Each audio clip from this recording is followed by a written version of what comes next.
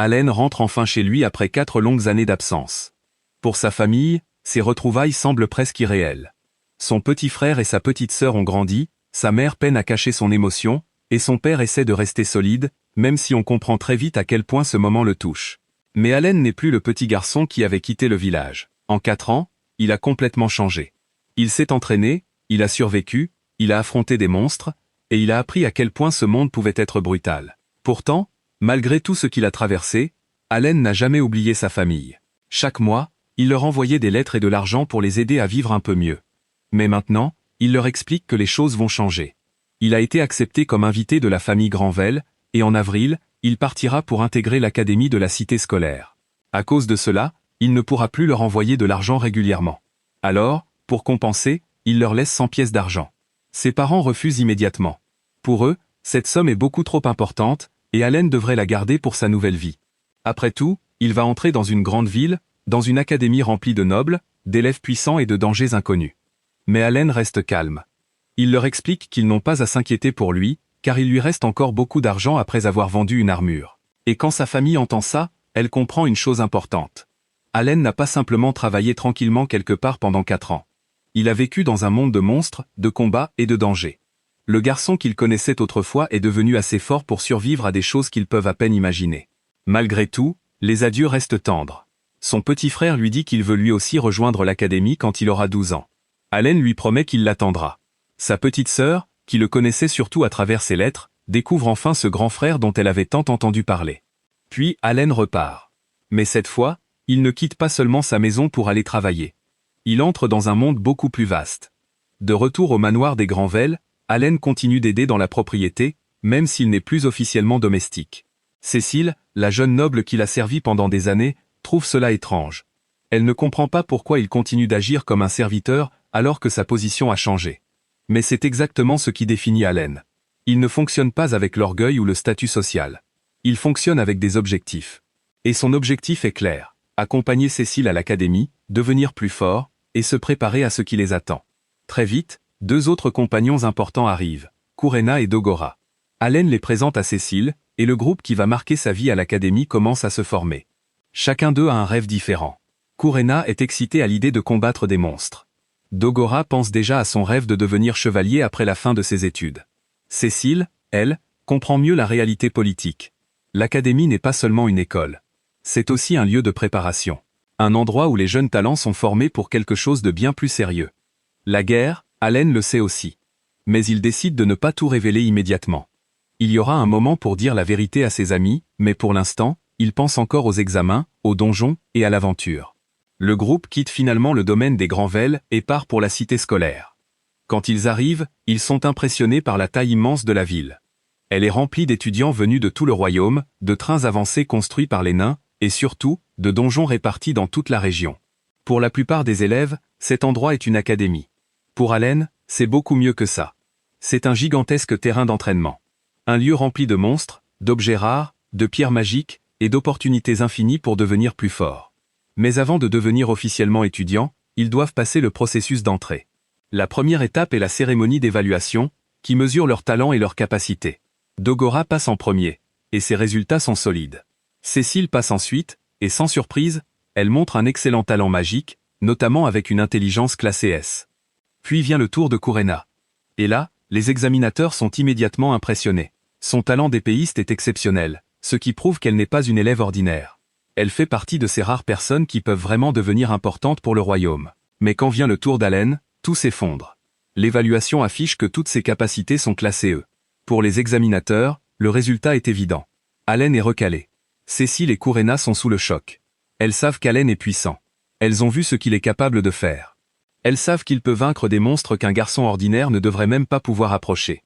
Mais l'évaluation ne montre rien de tout cela. Elle ne voit que des chiffres faibles. Allen, lui, comprend ce qui se passe. Son vrai talent est enfin identifié. Il est invocateur.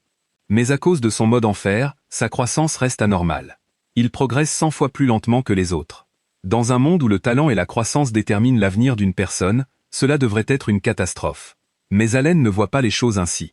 Pour lui, ce n'est qu'un défi supplémentaire. C'est alors qu'un personnage mystérieux intervient. Il s'agit d'Helmios, le héros considéré comme l'espoir de l'humanité. Il s'intéresse à Allen et utilise une capacité d'analyse pour observer son véritable statut. Il comprend vite qu'Allen est étrange. Ces chiffres ne correspondent pas à ce qu'on attendrait d'un élève normal. Il y a quelque chose d'anormal chez lui. Helmios demande alors à Allen de montrer son pouvoir d'invocation. Mais Allen refuse. Il ne lui fait pas confiance. Il ne le connaît pas. Et même si cet homme est un héros légendaire, Allen n'a aucune raison de dévoiler ses cartes gratuitement. Alors Allen propose un échange. Si Helmios veut voir ses capacités, alors Allen veut aussi analyser celles d'Helmios. Helmios accepte. Et quand Allen regarde le statut du héros, il comprend immédiatement pourquoi cet homme est appelé l'espoir de l'humanité. Ses statistiques sont incroyables, presque toutes classées A ou S. C'est exactement le genre de personne que ce monde reconnaît immédiatement comme un élu. Allen accepte alors de montrer une toute petite partie de son pouvoir.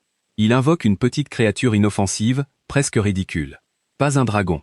Pas un démon. Pas une bête légendaire. Juste assez pour prouver qu'il est bien un invocateur. Et cela montre parfaitement la vraie personnalité d'Allen. Il n'est pas imprudent. Il n'est pas du genre à tout révéler simplement parce qu'on le lui demande. Il donne seulement le minimum nécessaire pour avancer. Grâce à cette démonstration, Allen est finalement autorisé à passer l'examen d'entrée. L'épreuve écrite commence ensuite.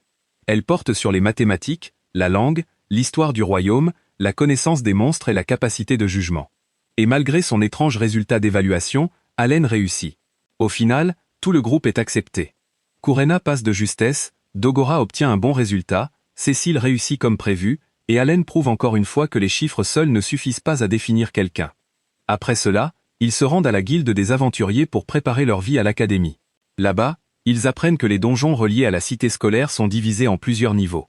Rang C, rang B et rang A. Chaque donjon possède des étages, des monstres, des boss, et parfois des coffres contenant des objets rares. Et cela attire immédiatement l'attention d'Allen. Parce qu'il cherche déjà un objet bien précis, un anneau de récupération magique. Pour quelqu'un comme lui, cet objet pourrait être extrêmement précieux. Comme sa croissance est très lente, il a besoin d'une quantité énorme de pierres magiques et de mana pour se renforcer, lui et ses invocations. Alors, sans hésiter, il demande à la guilde de rassembler 10 000 pierres magiques de rang D. Le nombre est absurde. Mais pour Allen, ce n'est que le début. Dans sa tête, il calcule déjà ce qu'il pourra récolter pendant les 3 prochaines années. Il ne pense pas comme un élève ordinaire. Il pense comme un joueur acharné qui cherche la stratégie de farming la plus efficace possible. Le groupe s'enregistre aussi officiellement comme équipe d'aventuriers. Quand on leur demande le nom de leur groupe, Allen choisit iGamer. Ses amis ne comprennent pas vraiment le sens de ce nom. Mais pour Allen, il est personnel. Dans sa vie précédente, il était un joueur passionné. Mais comme il travaillait en entreprise, il n'avait jamais pu se consacrer entièrement à devenir le meilleur. Dans ce nouveau monde, il a enfin cette chance. Ici, il peut devenir un vrai high gamer. Après l'enregistrement, le groupe loue une grande maison dans la ville. Elle devient leur base, leur foyer, et l'endroit où Allen décide enfin de leur révéler la vérité. Il leur explique qu'après l'obtention de leur diplôme, Cécile et lui devront probablement participer à la guerre contre le roi démon. Ce n'est pas une simple rumeur lointaine, c'est leur futur. Cécile, en tant que noble, risque d'être envoyée sur le champ de bataille, et Allen a déjà décidé qu'il combattrait à ses côtés. Kurena réagit immédiatement. Elle veut les accompagner. Pour elle, il est hors de question de laisser Allen et Cécile affronter un tel danger seul. Dogora, lui, hésite un instant. Allen lui dit qu'il n'a pas besoin de répondre tout de suite. Après tout, le champ de bataille n'est pas un jeu. On dit que la moitié des gens qui partent à la guerre peuvent mourir. Mais Dogora pense aussi à son rêve. S'il survit à une guerre contre le roi démon, il ne deviendra pas seulement chevalier. Il pourrait devenir un héros. Alors lui aussi accepte. À partir de ce moment, le groupe n'est plus seulement une bande d'étudiants.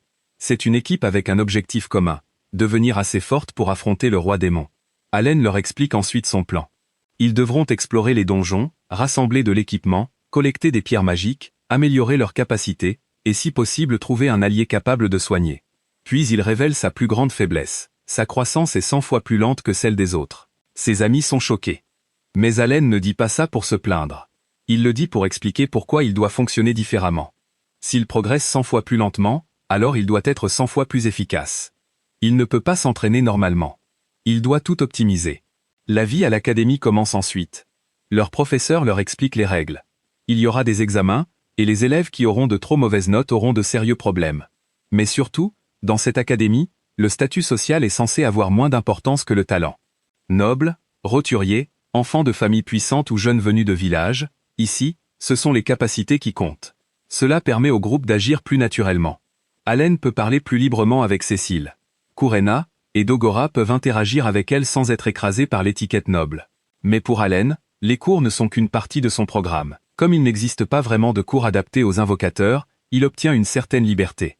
Et dès leur premier jour de repos, il emmène le groupe directement vers un donjon de Rancé.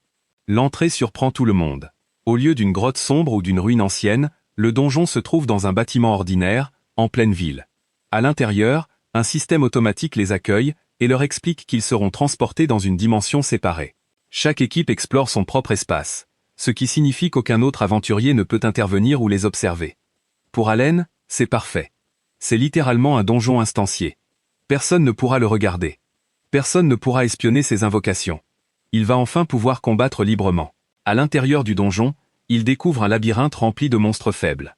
Allen utilise immédiatement ses invocations pour explorer les environs. Il ignore tout ce qui ressemble à une perte de temps et se concentre sur l'objectif: terminer le donjon le plus efficacement possible. Pendant leur premier combat, Cécile bat un slime avec une boule de feu, tandis que Kurena et Dogora commencent à découvrir leurs propres compétences de combat. Allen observe attentivement. Il analyse leurs capacités, leurs mouvements et leur potentiel. Pour les autres, c'est une aventure. Pour Allen, ce sont des données. Après 10 heures de combat, ils terminent le premier étage et apprennent que le donjon enregistre leur progression. Ils peuvent sortir, puis revenir plus tard au même endroit. Allen comprend immédiatement à quel point cette mécanique est utile. Si le donjon fonctionne de manière prévisible, il peut envoyer ses invocations chasser des monstres pendant que lui assiste au cours. Cela signifie qu'il peut récolter des pierres magiques tous les jours sans perdre de temps. C'est la stratégie parfaite pour quelqu'un comme lui. Après plusieurs explorations, le groupe atteint finalement l'étage du boss. Un monstre puissant les attend, endormi. Avant le combat, Cécile demande à Allen de se battre sérieusement avec ses invocations. Elle veut que le groupe comprenne enfin à quel point il est fort. Allen accepte. Il révèle alors qu'il a déjà utilisé 35 000 pierres magiques de Randé pour renforcer ses capacités. Son niveau d'amélioration est monté au niveau 6, ce qui permet à ses invocations de recevoir d'énormes bonus de statistiques. Le combat commence. Allen invoque ses créatures, donne ses ordres, organise la défense et écrase complètement le boss. Ses amis restent stupéfaits. Ils savaient qu'Allen était fort, mais ils comprennent enfin à quel point son pouvoir peut devenir terrifiant lorsqu'il l'utilise correctement. Après la victoire, ils ouvrent le coffre au trésor et trouvent une épée d'acier. Ce n'est peut-être pas un objet légendaire, mais pour leur premier donjon terminé, c'est une grande réussite. Quand ils reviennent, le groupe est promu aventurier de Randé, et l'épée est vendue pour 2 pièces d'or. Leur premier vrai défi est terminé. Mais pour Allen, ce n'est que le début. À l'Académie Ratache, la journée commence par l'annonce que le Saint de l'épée de Vergue donnera un cours spécial le mois suivant, accompagné du héros Helmios. Allen n'est pas particulièrement enthousiaste, car il se souvient encore de la manière dont Helmios avait examiné tout son écran de statistiques sans lui demander la permission. Karlova passe rapidement à une annonce plus urgente. Les vacances d'été ne sont plus qu'à 3 mois, et, avant cette date, chaque groupe devra conquérir un donjon en comptant uniquement sur ses propres membres. Chaque équipe pourra réunir au maximum 8 élèves, et toute aide provenant d'étudiants plus âgés ou de personnes extérieures sera strictement interdite. Un échec entraînera une expulsion immédiate. Plus grave encore, des élèves meurent au cours de cet examen presque chaque année. La salle de classe se transforme aussitôt en marché du recrutement. Grâce à son talent de sainte de l'épée, Kurena devient la candidate la plus convoitée de la pièce, et les groupes l'entourent comme des abeilles autour d'un pot de miel. Elle refuse toutes les propositions, et indique clairement qu'elle ne rejoindra que le groupe d'Allen. En examinant leur formation actuelle, Allen constate qu'il possède déjà une épéiste, un combattant à la hache, une magicienne et une armée de créatures invoquées. Le seul rôle qui leur manque encore est celui d'un prêtre capable de soigner. Il rédige immédiatement une annonce de recrutement vantant d'excellentes conditions. Le groupe compte actuellement 4 membres, tous aventuriers de Randé. 2 d'entre eux ont déjà terminé avec succès des donjons de Rancé. Ils effectuent 2 expéditions par semaine, et chaque butin est partagé équitablement, jusqu'à la dernière pièce. La personne qui répond à l'annonce est l'élève blond qui avait déjà observé le groupe d'Allen pendant l'une de ses explorations de donjons. Il se présente sous le nom de Kill. C'est un élève possédant le talent de prêtre et il souhaite en apprendre davantage sur les conditions de travail. Dans la cafétéria de l'académie, Kill prétend maladroitement qu'il jeûne depuis peu afin de purifier son corps. Son estomac grogne aussitôt assez fort pour trahir toute son histoire.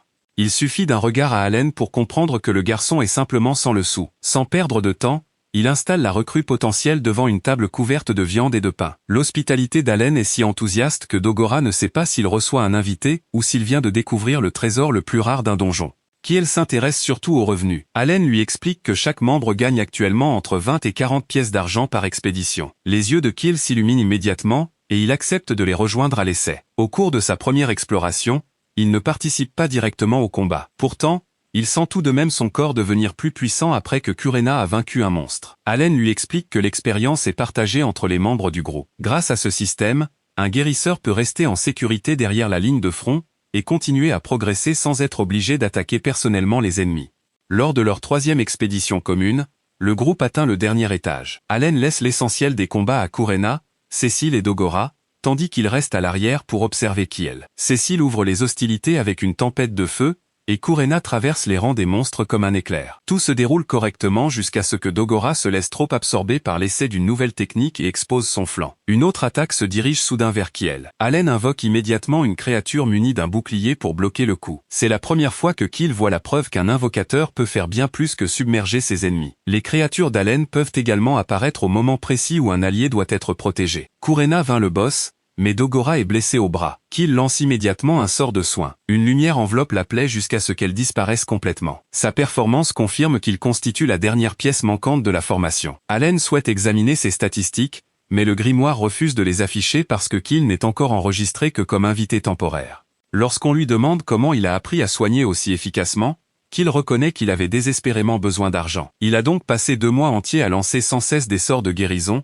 jusqu'à ce que le processus devienne une seconde nature. Kurena est à la fois impressionnée et légèrement jalouse. Elle s'entraîne depuis des années, mais n'arrive toujours pas à activer la compétence spéciale associée au talent de sein de l'épée. Dogora déclare lui aussi qu'il maîtrisera ses propres capacités au plus vite.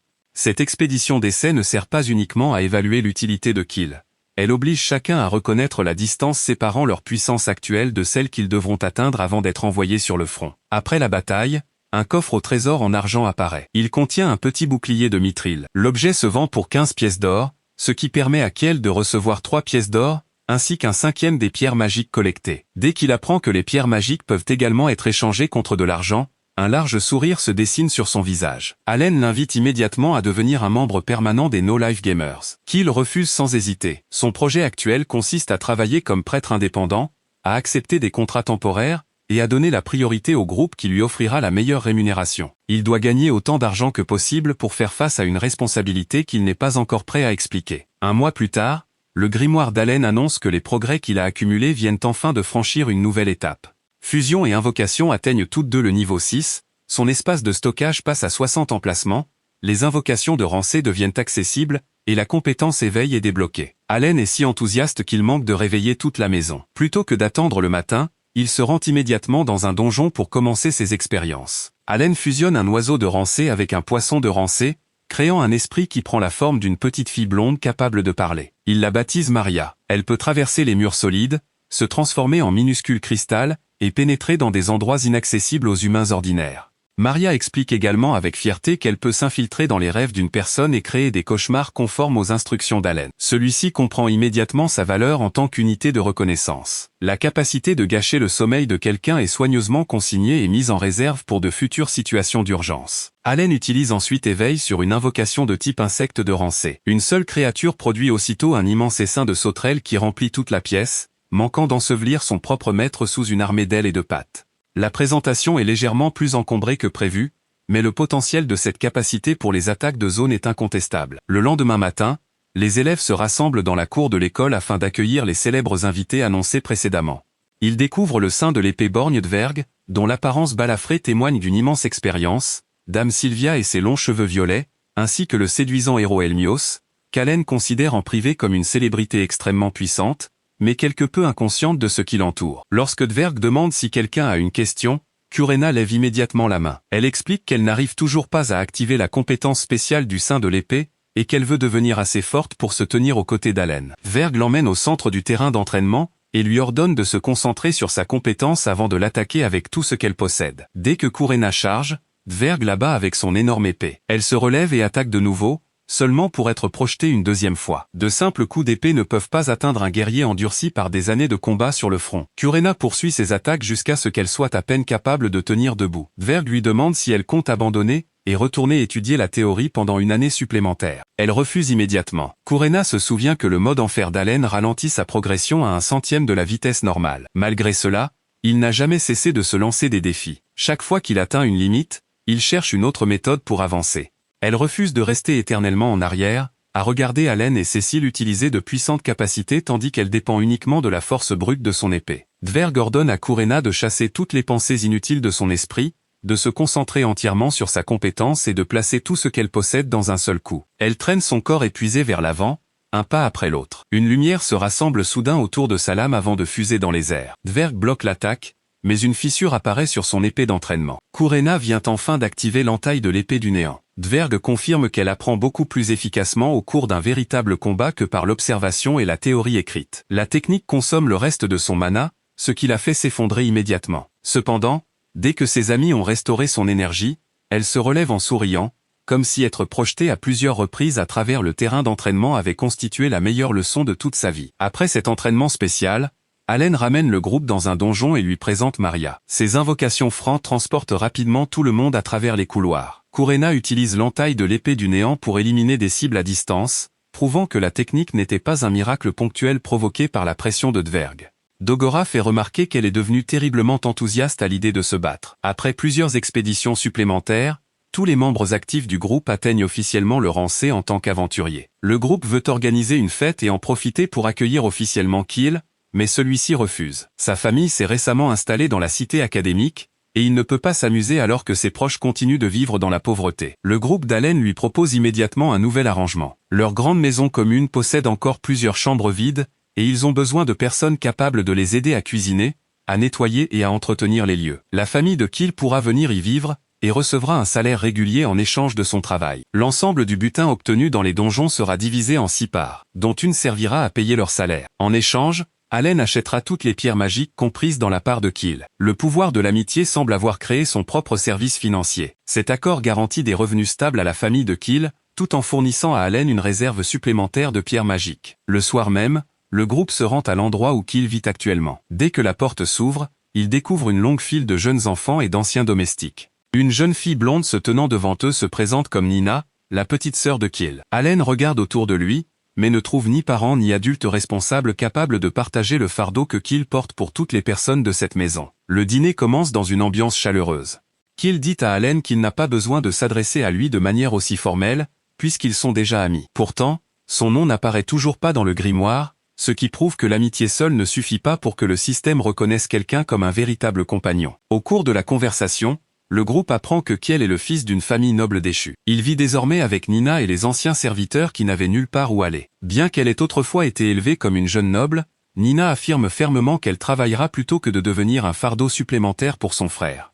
Allen explique que Kurena et lui sont tous les deux nés dans des familles paysannes. Cécile est la seule véritable noble du groupe, puisqu'elle est la fille du baron Granvel. Dès que ce nom de famille est prononcé, l'attitude de Kiel change complètement. Il bondit sur ses pieds, et déclare avec colère que la maison Granvel a détruit toute la vie de la famille Carnel. Le chaleureux dîner devient immédiatement tendu. Le pouvoir de l'amitié cesse temporairement de fonctionner. Un ancien serviteur tire Nina derrière lui, tandis que Cécile demande à toutes les personnes étrangères au conflit de quitter la pièce afin qu'elle puisse expliquer ce qui s'est réellement passé. D'après l'histoire racontée à Kiel, la maison Carnel était la victime innocente d'une conspiration organisée par la famille Granvel. Cécile présente une version très différente. Le père de Kiel aurait tenté de s'emparer des droits d'exploitation d'une mine de mithril située sur le territoire des Granvel. Le camp Carnel aurait engagé des assassins et organisé l'enlèvement de Cécile et d'Allen, qui travaillaient encore comme serviteurs à l'époque. Le plan avait échoué parce qu'Allen avait sauvé tout le monde. La maison Granvel avait ensuite présenté l'intégralité de l'affaire devant le roi. Les conspirateurs avaient été arrêtés,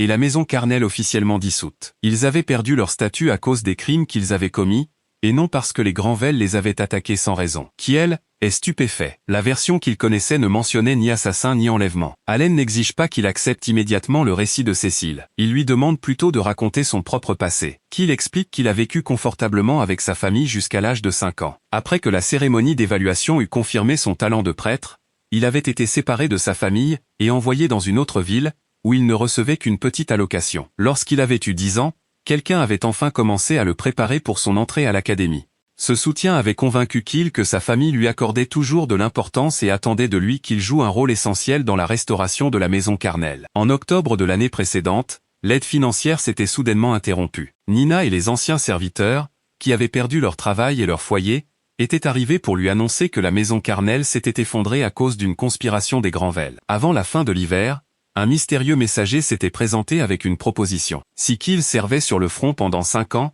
le roi pardonnerait prétendument les crimes de sa famille, restaurerait le titre des Carnel, et désignerait Kill comme nouveau chef de la maison. Allen remarque immédiatement que 5 ans représentent une durée bien supérieure aux 3 années habituelles de service militaire. La promesse semble extrêmement suspecte, mais personne ne sait qui le messager représentait réellement. Autrefois, Kill détestait son talent de prêtre, car celui-ci avait provoqué sa séparation avec sa famille. Il considère désormais la magie de guérison comme le seul moyen à sa disposition pour protéger Nina et les personnes restées fidèles au Carnel. Il présente ses excuses à Cécile pour les actes de son père, mais compte malgré tout accomplir les 5 années de service promises. Son objectif n'est pas simplement de récupérer un titre de noblesse. Qu'il veut reconstruire un foyer dans lequel Nina et les anciens serviteurs pourront vivre en sécurité, au lieu de survivre grâce à la charité d'inconnus.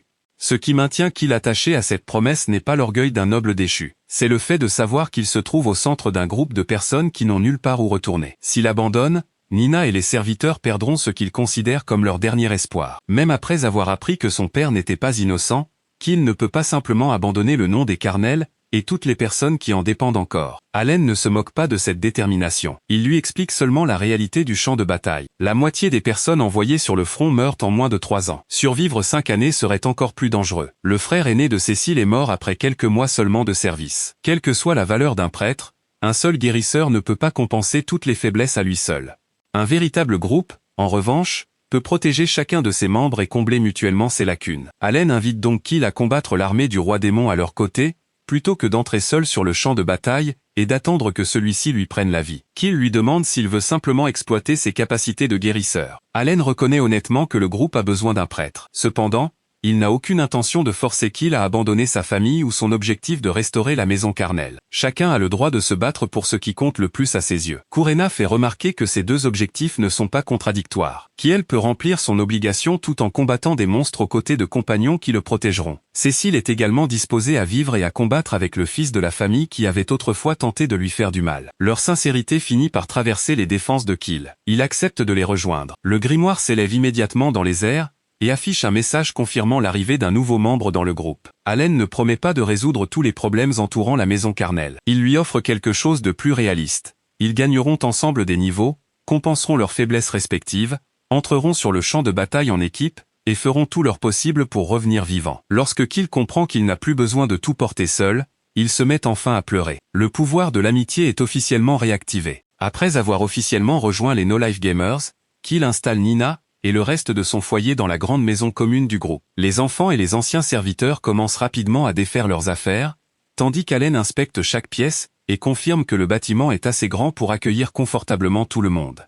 Voir sa famille enfin installée dans un endroit sûr ne fait que renforcer la détermination de Kiel à restaurer le statut nobiliaire de la maison Carnel. Un homme prétendant être un messager royal lui avait promis que sa famille serait pardonnée s'il servait sur le front pendant 5 ans. Plus Allen en apprend sur cet arrangement, plus il lui paraît suspect. Il décide d'enquêter discrètement, avant que Kill ne se retrouve prisonnier d'un accord auquel il ne pourra plus échapper. Le groupe de 5 personnes commence ensuite à défier un donjon de rang B. Sa structure ne semble pas particulièrement différente de celle des donjons de rang C qu'ils ont déjà terminés, mais les monstres qui s'y trouvent vont du rang D au rang B. Comme les couloirs contiennent des pièges empoisonnés et des flèches dissimulées, Cécile demande à chacun de boire une potion de résistance avant d'entrer. Allen refuse volontairement, car il souhaite tester les mécanismes du donjon sur lui-même. Après avoir ouvert son grimoire et examiné la carte, il rappelle au groupe que seulement un aventurier sur 5 environ parvient à terminer ce donjon. Le groupe découvre bientôt un coffre au trésor placé bien en évidence au milieu d'un passage. Les yeux de Kill s'illuminent aussitôt, et il manque de se précipiter vers lui,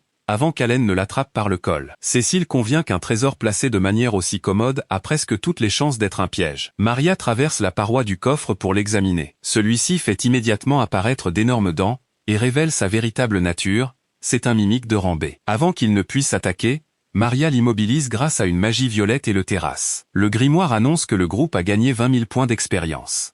Allen confirme également qu'après avoir été renforcé, Maria peut vaincre un monstre de rang B, en n'utilisant qu'environ la moitié de son mana. Lorsque le mimique disparaît, le véritable coffre au trésor apparaît. Kiel l'ouvre et découvre une lance en mithril valant au moins 50 pièces d'or. Pour un donjon rempli de pièges, l'expédition produit déjà d'excellents bénéfices. Le groupe poursuit sa progression en chevauchant Fran. Une invocation de type oiseau marche accidentellement sur une dalle noire, libérant un gaz blanc dans tout le couloir. Allen et tous les Frans s'effondrent immédiatement, tandis que Cécile, Kurena, Dogora et Kiel restent conscients grâce aux potions de résistance qu'ils ont bu plus tôt. Lorsqu'Allen se réveille, Il insiste sur le fait qu'il avait délibérément refusé la potion afin d'étudier le piège, et qu'il ne s'était pas simplement montré imprudent. Maria lui explique tout ce qui s'est passé, et utilise un objet créé par une invocation de type végétal pour le réveiller. Allen teste ensuite le gaz sur plusieurs invocations différentes. Les oiseaux, les grenouilles et les autres créatures de type animal s'endorment, tandis que les invocations végétales et spirituelles ne subissent aucun effet. Il en conclut que ce piège soporifique particulier fonctionne uniquement sur les invocations de type animal. Il découvre également que l'objet appelé garniture alimentaire peut supprimer les altérations d'état négatives au lieu de simplement restaurer la santé. Pour la plupart des aventuriers, un donjon est un endroit où gagner de l'argent. Pour Allen, c'est également un laboratoire de recherche. Même si, cette fois, le principal sujet d'expérience se trouve être son propre corps inconscient, étendu au milieu d'un labyrinthe. Tandis qu'Allen s'occupe de classer les mécanismes du donjon, Dogora frappe à plusieurs reprises des blocs de pierre avec sa hache. Après de nombreuses tentatives, la lame commence enfin à briller et traverse directement sa cible. Dogora célèbre sa réussite en annonçant qu'il vient d'activer sa compétence personnelle pour la première fois. Le groupe entier le félicite et Allen consulte le grimoire pour confirmer que l'expérience de compétence de Dogora a réellement augmenté. Le dernier membre qui n'avait pas encore éveillé de capacité vient enfin de découvrir comment dépasser ses limites. 2 mois d'expédition dans les donjons chaque week-end ont transformé le groupe tout entier. Kurena maîtrise désormais l'entaille de l'épée du néant. Dogora a éveillé sa première compétence. La coordination magique de Cécile est devenue de plus en plus précise. Kill prend en charge à la fois la défense et les soins, tandis que les invocations d'Allen assurent la reconnaissance, le transport, le combat et la suppression des altérations d'état. Avant d'entrer dans la salle finale, Allen vérifie une dernière fois l'état du groupe. Kill peut maintenant lancer une protection de zone en plus de ses soins. Kurena et Dogora possèdent tous les deux de puissantes compétences offensives. Cécile peut éliminer des groupes entiers d'ennemis grâce à sa magie, tandis que les invocations d'Allen gèrent l'exploration et le soutien. 2 mois auparavant, ils testaient encore séparément chaque mécanisme fondamental. À présent, tous les 5 sont capables d'agir comme une équipe complète. Dans la salle du boss, Allen ne souhaite plus évaluer uniquement la force individuelle de chacun. Il veut savoir si le groupe peut maintenir sa formation face à un adversaire de rang B. À l'intérieur, il découvre une harde de grands sangliers entourant un sanglier gigantesque placé au centre d'un cercle magique.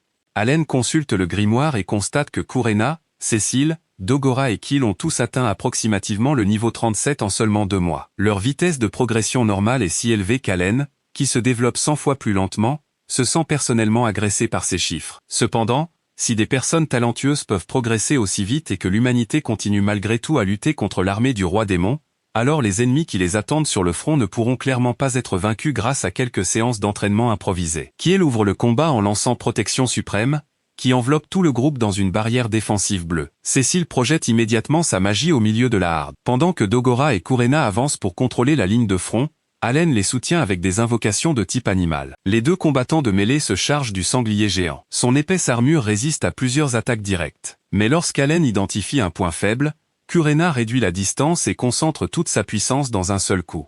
Sa lame transperce la zone vulnérable, abattant le sanglier géant, et rapportant 24 000 points d'expérience au groupe. Après leur victoire, un grand coffre apparaît. Il contient une paire de gantelets en scarlettite. La scarlettite est encore plus résistante que le mithril. Dès que Kill apprend que l'objet pourrait valoir plusieurs centaines de pièces d'or, il le serre contre lui comme s'il venait de découvrir une montagne de trésors. Allen sait que son ami a réellement besoin d'argent pour soutenir sa famille, même si l'affection naturelle de Kill pour le profit est manifestement très puissante elle aussi. Malgré la facilité apparente de leur victoire, Allen ne sous-estime pas le donjon de rang B. La force du boss lui donne simplement une idée plus précise du danger que doivent représenter les troupes du roi démon. Il décide que chaque membre du groupe devra atteindre le niveau le plus élevé possible avant l'obtention de son diplôme. Au cours des mois suivants, Allen utilise Maria et son armée d'invocations pour chasser les monstres et collecter des ressources presque sans interruption. Sa réserve atteint environ 34 760 pierres magiques de rang C, tandis que les fonds du groupe s'élèvent à 425 pièces d'or. Il utilise ce capital pour commander 310 000 pierres de rang D,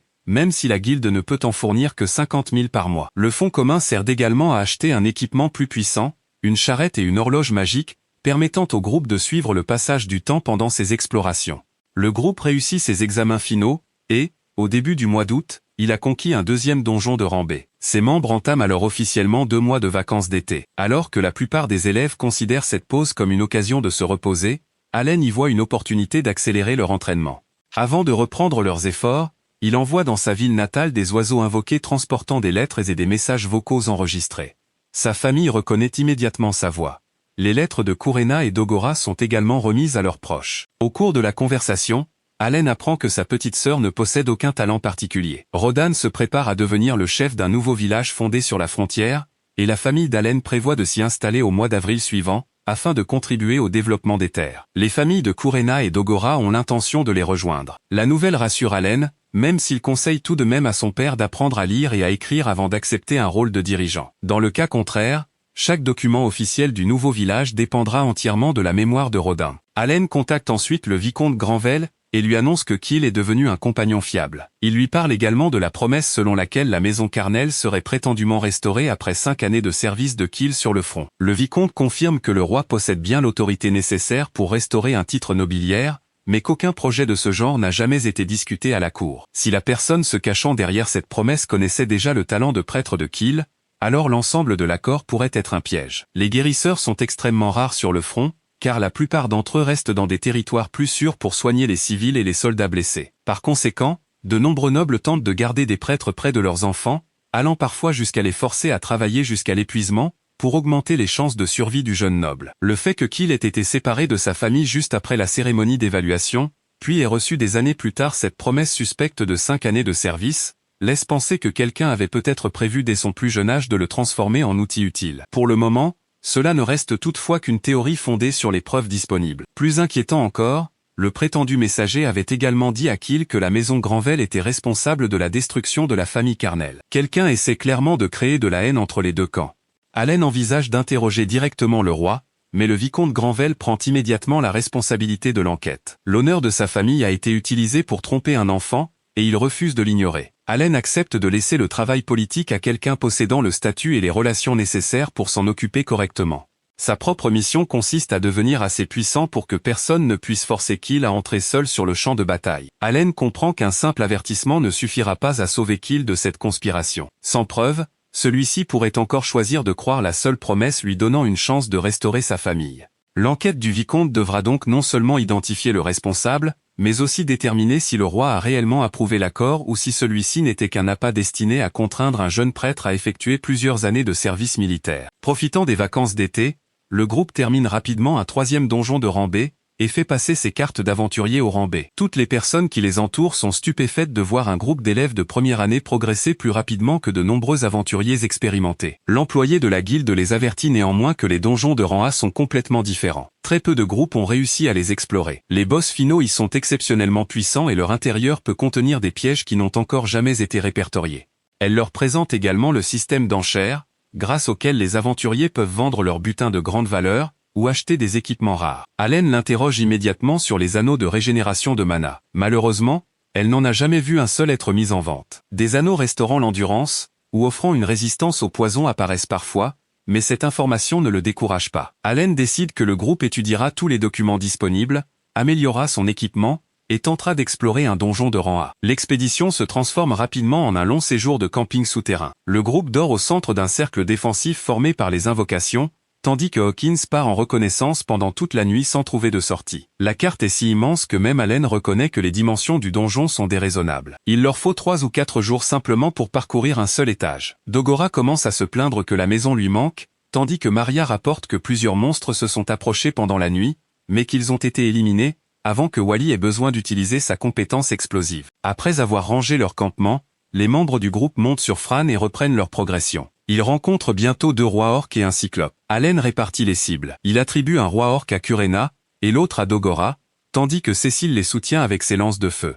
Les monstres de rang B ne soumettent plus le groupe à une pression insurmontable. Dogora est sur le point de vaincre sa cible et annonce joyeusement que le combat est presque terminé. Le cyclope lance alors une contre-attaque soudaine qui l'expédie loin de la formation et directement sur un cercle magique violet. Kurena comprend qu'il s'agit d'un piège de téléportation, mais son avertissement arrive trop tard. Dogora et Cécile disparaissent sous les yeux d'Allen. Kill prévient immédiatement le groupe que la perte simultanée d'un combattant de première ligne et de leur magicienne met toute leur formation en danger. Allen ordonne à Kurena d'achever le cyclope, puis crée plusieurs copies de Maria. Il donne à chacune une feuille de vie et une graine magique avant de les envoyer dans toutes les directions, à travers les murs environnants, afin qu'elles recherchent leurs 2 compagnons disparus.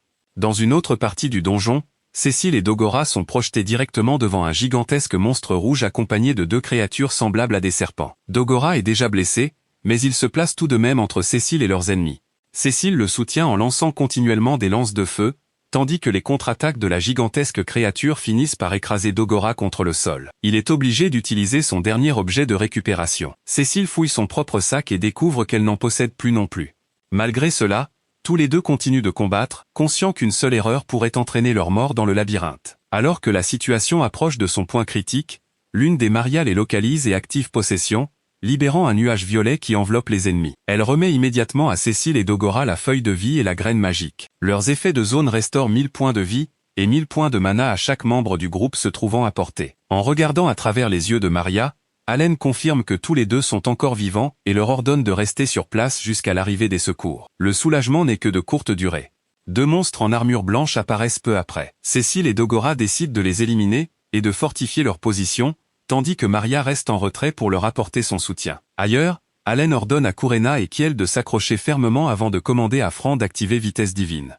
Les invocations foncent à travers les couloirs à leur vitesse maximale. Pourtant, même s'ils connaissent la position exacte de leurs compagnons, le labyrinthe bloque sans cesse les chemins les plus courts. Dogora encaisse les attaques directes pour laisser à Cécile le temps de lancer ses sorts. Maria utilise des malédictions afin de ralentir les ennemis, tandis qu'Allen observe la carte avec frustration en forçant Fran à courir toujours plus vite. Connaître la position de quelqu'un ne signifie pas qu'il sera facile de le rejoindre. Avant que l'équipe de secours puisse arriver, la silhouette d'un immense monstre rouge et noir émerge à l'extrémité du couloir. Il se tient désormais directement devant Cécile et Dogora, qui sont déjà proches de l'épuisement. Pour la première fois depuis leur entrée à l'académie, les No-Life Gamers ne font plus la course pour gagner de l'expérience ou trouver des trésors. Ils luttent désormais contre le temps pour maintenir leurs compagnons en vie. Au moment même où l'énorme monstre rouge et noir se rapproche, Allen finit par localiser Cécile et Dogora. Dogora se tient toujours devant Cécile, malgré les blessures qui le couvrent. Allen invoque immédiatement Péon et utilise aiguille paralysante pour immobiliser la créature. Kurena et Kiel rejoignent rapidement le combat,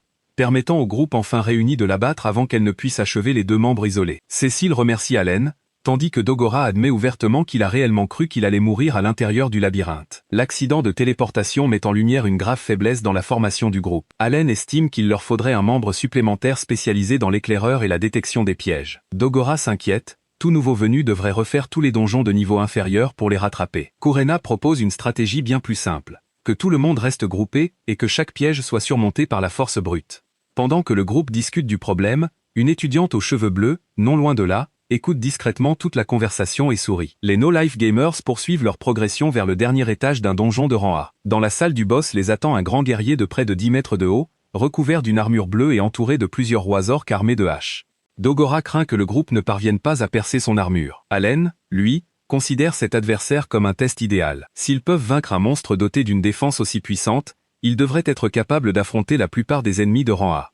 Allen déploie plusieurs capacités d'invocation récemment débloquées. Substitution permet à un Teiku de recevoir les dégâts à la place d'un allié. Tête de requin augmente les chances d'infliger des coups critiques, tandis que dispersion crée une possibilité d'annuler complètement une attaque physique ou magie. Une fois tous les préparatifs terminés, Allen ordonne à ses invocations de type pierre d'encercler les ennemis et d'ouvrir le feu. Les rois orques sont détruits, mais lorsque la fumée se dissipe, le grand guerrier est toujours debout. Kurena charge immédiatement et attaque les jointures reliant les pièces de l'armure du boss. Son coup de poing en retour possède assez de puissance pour l'écraser, mais substitution s'active au tout dernier moment. Plusieurs Teiku porteurs de boucliers encaissent l'intégralité de l'impact à la place de Kurena. Comme elle est indemne, Allen ordonne l'assaut général. Dogora et Fran attaquent sur les flancs, Cécile reste à distance et lance des boules de feu, Maria et l'armée invoquée se referment par l'arrière, tandis que Kurena continue de briser l'armure de face. La dernière couche de défense finit par se fissurer. Dogora enfonce sa hache dans l'ouverture ainsi révélée. Cécile lance un sort à l'instant précis où Kurena porte le coup décisif, et l'attaque combinée fait s'effondrer le géant. Le grimoire enregistre 480 000 points d'expérience. Allen obtient une pierre magique de rang A, tandis que le coffre au trésor contient une hache en scarletite noire et rouge. Le groupe la donne à Dogora, en remplacement de sa vieille arme en mithril. Le cube qui gère le donjon remet au groupe un certificat prouvant qu'ils ont conquis leur premier donjon de rang A. Il annonce également qu'ils devront achever 5 donjons de rang A différents avant d'obtenir le droit de défier un donjon de rang S. Kurena et Dogora sont à la fois inquiets à l'idée des monstres de rang S et excités par les trésors potentiels. Allen regarde le certificat comme une carte de fidélité, à ceci près que la récompense après 5 tampons n'est pas un cadeau, mais l'autorisation d'entrer dans un endroit considérablement plus dangereux. Pour l'instant, le groupe doit encore gagner des niveaux et améliorer son équipement. Les vacances d'été se terminent, le calendrier atteint octobre, et Allen fête ses 13 ans. La nouvelle que les No Life Gamers ont conquis un donjon de rang A se répand dans toute la classe. De nombreux élèves remercient Allen pour les conseils qu'il leur a donnés, et seules 3 personnes échouent finalement à l'épreuve du donjon. Kurena exige aussitôt un combat d'entraînement, mais Allen refuse, car la plupart de ses invocations combattent encore de manière autonome à l'intérieur des donjons. Karlova accepte le défi de Kurena à sa place, tandis qu'Allen évite discrètement le regard désespéré du professeur qui appelle à l'aide. Pendant que les deux commencent leur entraînement, Allen s'exerce à l'épée avec Riffle Hamilton. La technique de Riffle lui rappelle les séances d'entraînement qu'il avait autrefois avec Mihai. Allen remporte le combat, mais Riffle le remercie chaleureusement pour l'occasion. Allen est tout aussi soulagé que Kurena ait enfin trouvé quelqu'un d'autre prêt à lui servir de partenaire d'entraînement régulier. En route vers le bureau du directeur, Allen interroge Karlova sur ses propres exploits en donjon. Le professeur révèle qu'il a jadis conquis 3 donjons de rang A. Cependant, personne dans le royaume n'a atteint le rang S depuis l'époque du sein de l'épée de Vergue, plusieurs décennies auparavant.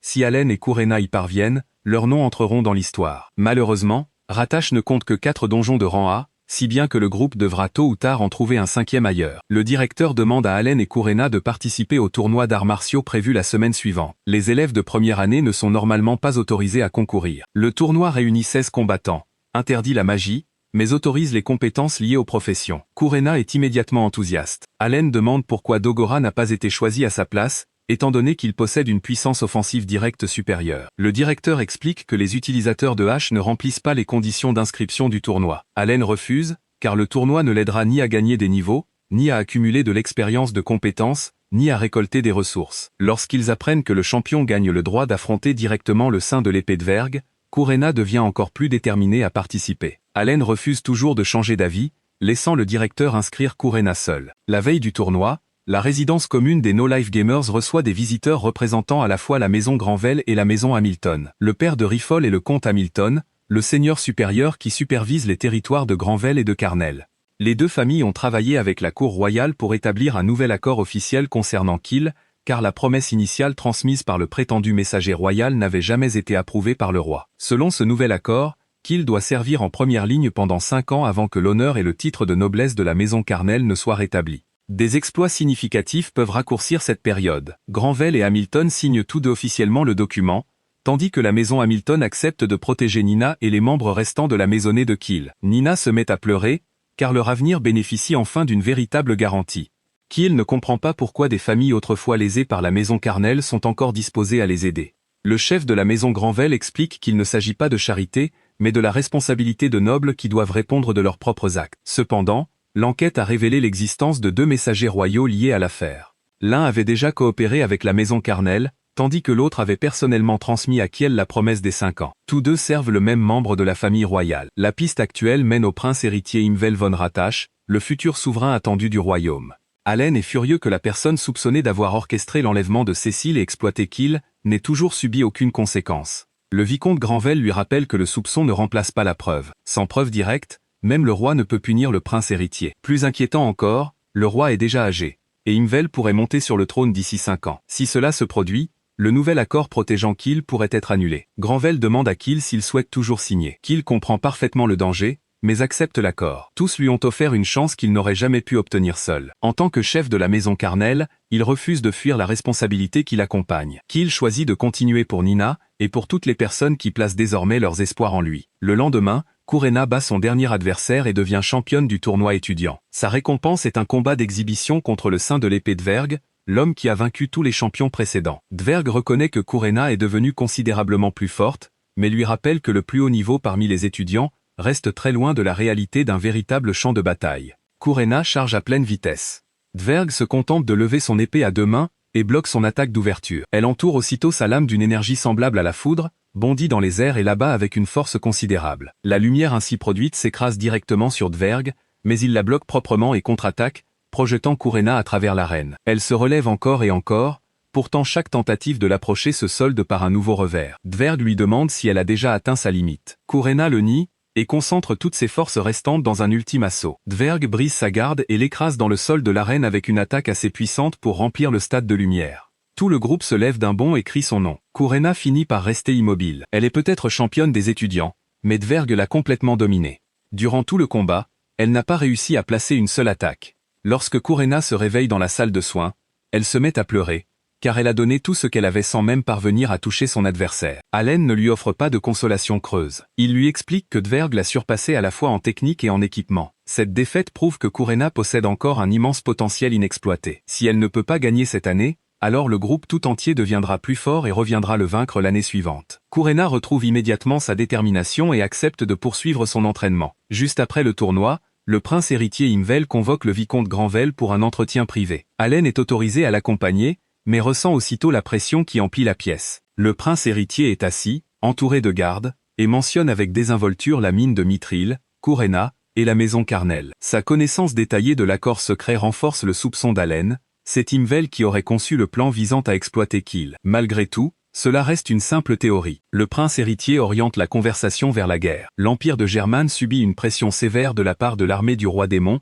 et a besoin que Ratash fournisse davantage de renforts. Le royaume est divisé entre les factions soutenant la guerre contre le roi démon, et celles qui veulent préserver les ressources nationales. Puisque Granvel soutient l'alliance, Imvel affirme que sa famille devrait contribuer davantage. Il évoque ensuite délibérément un projet d'envoyer Cécile sur l'une des lignes de front les plus dangereuses de l'Empire. Allen s'y oppose immédiatement, mais le prince héritier demande si Granvel entend faire passer sa fille avant ses obligations nobiliaires. Imvel mentionne qu'il a lui aussi une fille talentueuse, s'attaquant délibérément au point le plus faible du vicomte en tant que père. Il propose alors un échange. Granvel n'a qu'à dire au roi qu'il souhaite annuler un certain accord. En retour, l'affectation de Cécile au front dangereux sera retirée. Le vicomte Granvel perçoit la menace et commence à vaciller. Un autre objectif se cache derrière la situation de Kiel. Les prêtres se font de plus en plus rares, ce qui pousse de nombreux nobles à les garder auprès de leurs propres enfants. Certains guérisseurs sont contraints de travailler jusqu'à l'épuisement pour accroître les chances de survie des héritiers nobles. Allen soupçonne que le prince héritier veut faire de Kiel le guérisseur personnel de sa fille. La promesse de restaurer la maison Carnel n'était que la chaîne destinée à l'attacher. Comprenant que Granvel pourrait sacrifier Kiel pour protéger Cécile, Allen s'avance de lui-même. Il se présente comme le chef du groupe auquel appartiennent Kurena et Cécile, surprenant le prince héritier.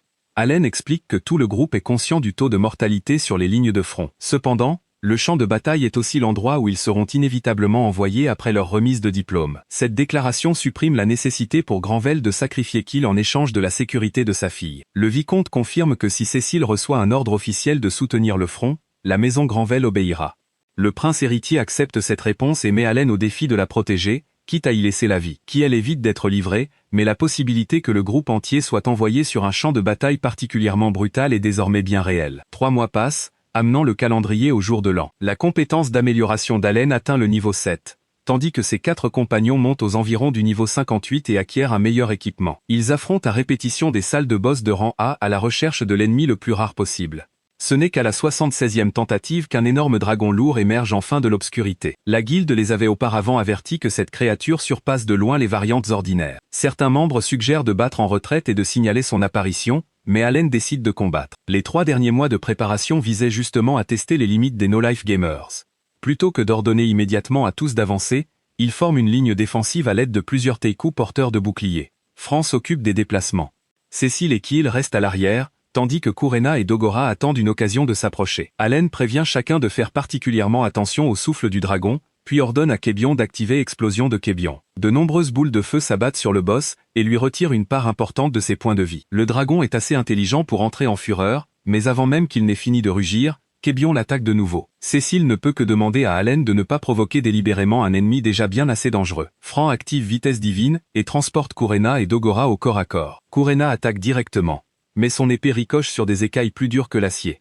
Allen soupçonne que le dragon lourd possède une résistance physique extrêmement élevée. De l'énergie commence à s'accumuler dans sa gueule, alors Allen ordonne aux Teiku de se mettre en formation défensive et se prépare à les sacrifier. Le souffle balaie la salle. Le mur de bouclier absorbe toute l'attaque, mais 4 Teiku sont effacés d'un coup. Le dragon commence rapidement à charger une nouvelle attaque, rassemblant cette fois une masse de feu encore plus importante. Kurena hurle immédiatement à tous de reculer. Allen tente de construire une autre ligne défensive, mais sa vitesse d'invocation ne suit pas.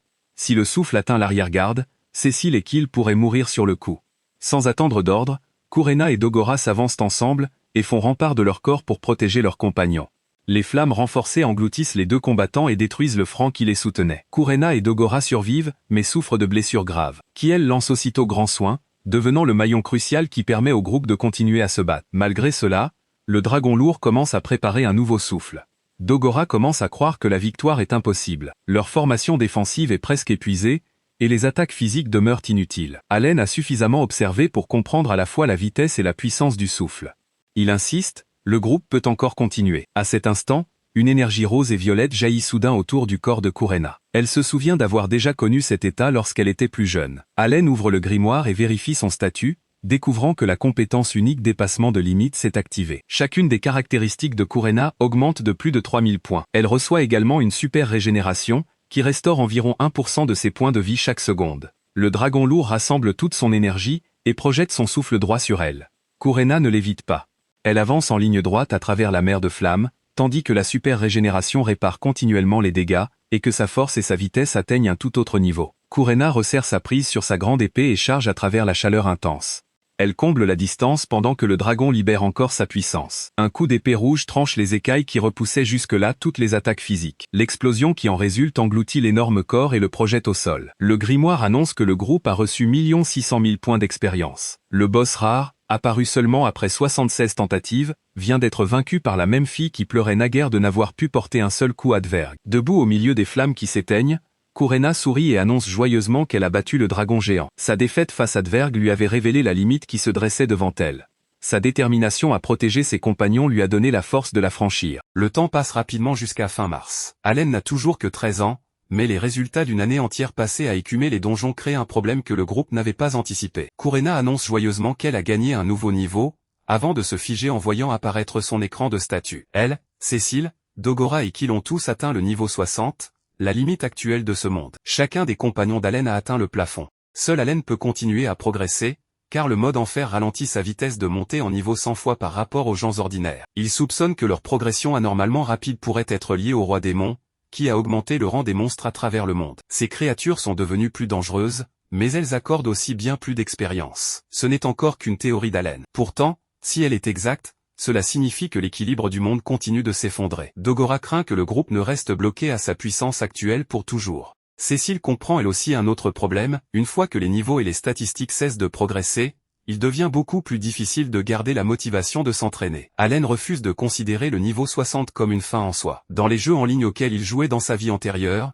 les limites de niveau pouvaient toujours finir par être repoussées. En attendant de découvrir la condition permettant de franchir celle-ci, il leur reste 3 moyens de progresser, maîtriser leurs compétences spéciales, acquérir un équipement plus puissant, et accumuler de l'expérience de combat réel. Il reste au groupe 2 ans avant d'être envoyé sur le front. Allen décide de consacrer chaque instant de ce temps à transformer les no-life gamers en la force la plus puissante possible. Avril arrive, et environ 2600 élèves entrent en 2e année. Karlova annonce que la classe va accueillir 3 élèves transférés. Sophie est une princesse aux elfes, héritière du royaume de Rosenem. Formar est son garde du corps personnel et le capitaine de sa garde royale. Merle est une naine de 13 ans venue de l'empire de Boki. Karlova demande à Allen s'il peut accepter les 3 nouveaux venus dans son groupe. Allen vérifie d'abord qu'élargir l'équipe à 8 membres ne réduira pas leur gain d'expérience, puis accepte d'en discuter les détails pendant le déjeuner. Dans le réfectoire, Allen se présente comme le chef des no-life gamers et demande immédiatement aux 3 nouveaux s'ils peuvent accepter un emploi du temps impliquant des expéditions en donjon presque tous les jours. Sophie accepte car de son côté aussi,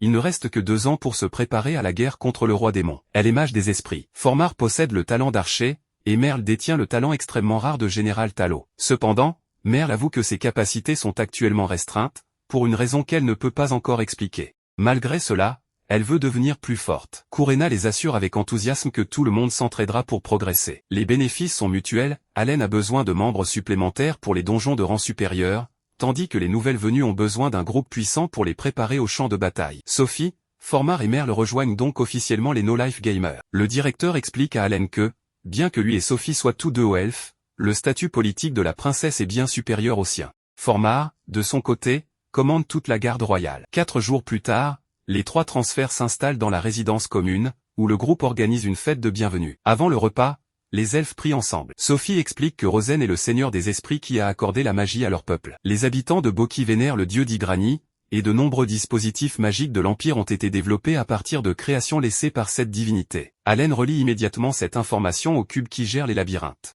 Kurena croit en Elmea, tandis que Kill a appris la magie de soin par la prière à l'église. Après la fête, Allen divise le groupe en 2 équipes. Lui et Dogora guideront Sophie, Formar et Merle à travers des donjons de rang B afin qu'elles puissent gagner des niveaux et s'habituer à combattre ensemble. Kurena, Cécile et Kill continueront à explorer leur 3e donjon de rang avec le soutien des invocations d'Allen. Bien que les membres originaux aient déjà atteint le niveau maximum, les pierres magiques, l'équipement et l'expérience pratique restent tout aussi précieux qu'avant. Le lendemain, le grimoire d'Allen révèle que Sophie a 48 ans et est niveau 50, tandis que Formar a 67 ans et est niveau 55. Merle a 13 ans, est niveau 30, et possède le talent de Général Talo. L'apparence juvénile des deux elfes laisse Allen et Dogora sans voix, mais la princesse leur rappelle de ne pas juger sa race selon les critères de la durée de vie humaine. Allen libère plusieurs maras pour explorer les lieux et invoque Fran comme moyen de transport. La rapidité quasi instantanée de son invocation surprend les trois nouvelles venues. Juste au moment où le groupe s'apprête à partir, un énorme monstre squelettique aux yeux rouges leur bloque le passage. Formar tire une flèche renforcée qui transperce directement son crâne,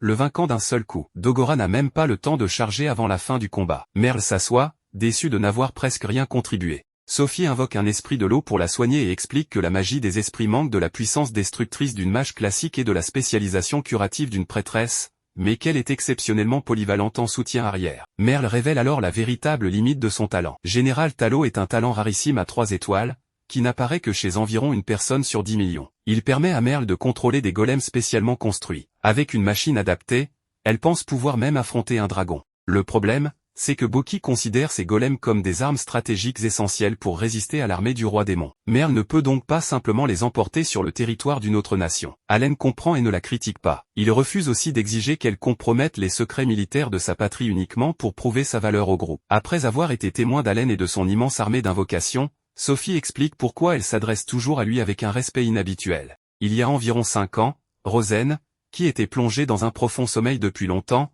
a commencé à murmurer près du grand arbre. La prophétie parlait d'un garçon aux cheveux noirs né à l'extrémité sud du continent central, dont les statistiques évolueraient extrêmement lentement. Ces détails correspondent étroitement à Allen et aux effets du mode enfer. La prophétie affirmait également que cette personne s'élèverait au-dessus de ceux qui dissimulaient la lumière et libérerait le monde des ténèbres. Après avoir vu de ses propres yeux l'armée invoquée d'Allen, Sophie croit qu'il est bien la personne décrite dans la prophétie. Toutefois, ce n'est encore qu'une conviction personnelle, et rien ne prouve pour l'instant que la prophétie se réalisera. À la fin du mois de juillet, les résultats de leur entraînement deviennent évidents. Lorsqu'un mage squelette apparaît dans une salle de combat, Sophie demande à tout le monde de reculer et active une compétence spéciale utilisable une seule fois par jour. La pierre et la terre s'élèvent du sol du donjon et s'assemblent en une immense silhouette humanoïde qui se présente comme Gnome, le grand esprit de la terre, manifesté grâce à son pacte avec le Seigneur des Esprits. D'un seul coup direct, Gnome écrase le monstre et met fin au combat. Sophie est ravie que son niveau soit enfin assez élevé pour invoquer une telle puissance. Avant le début des vacances d'été, les 3 nouveaux membres terminent 3 donjons de rang B et un donjon de rang A,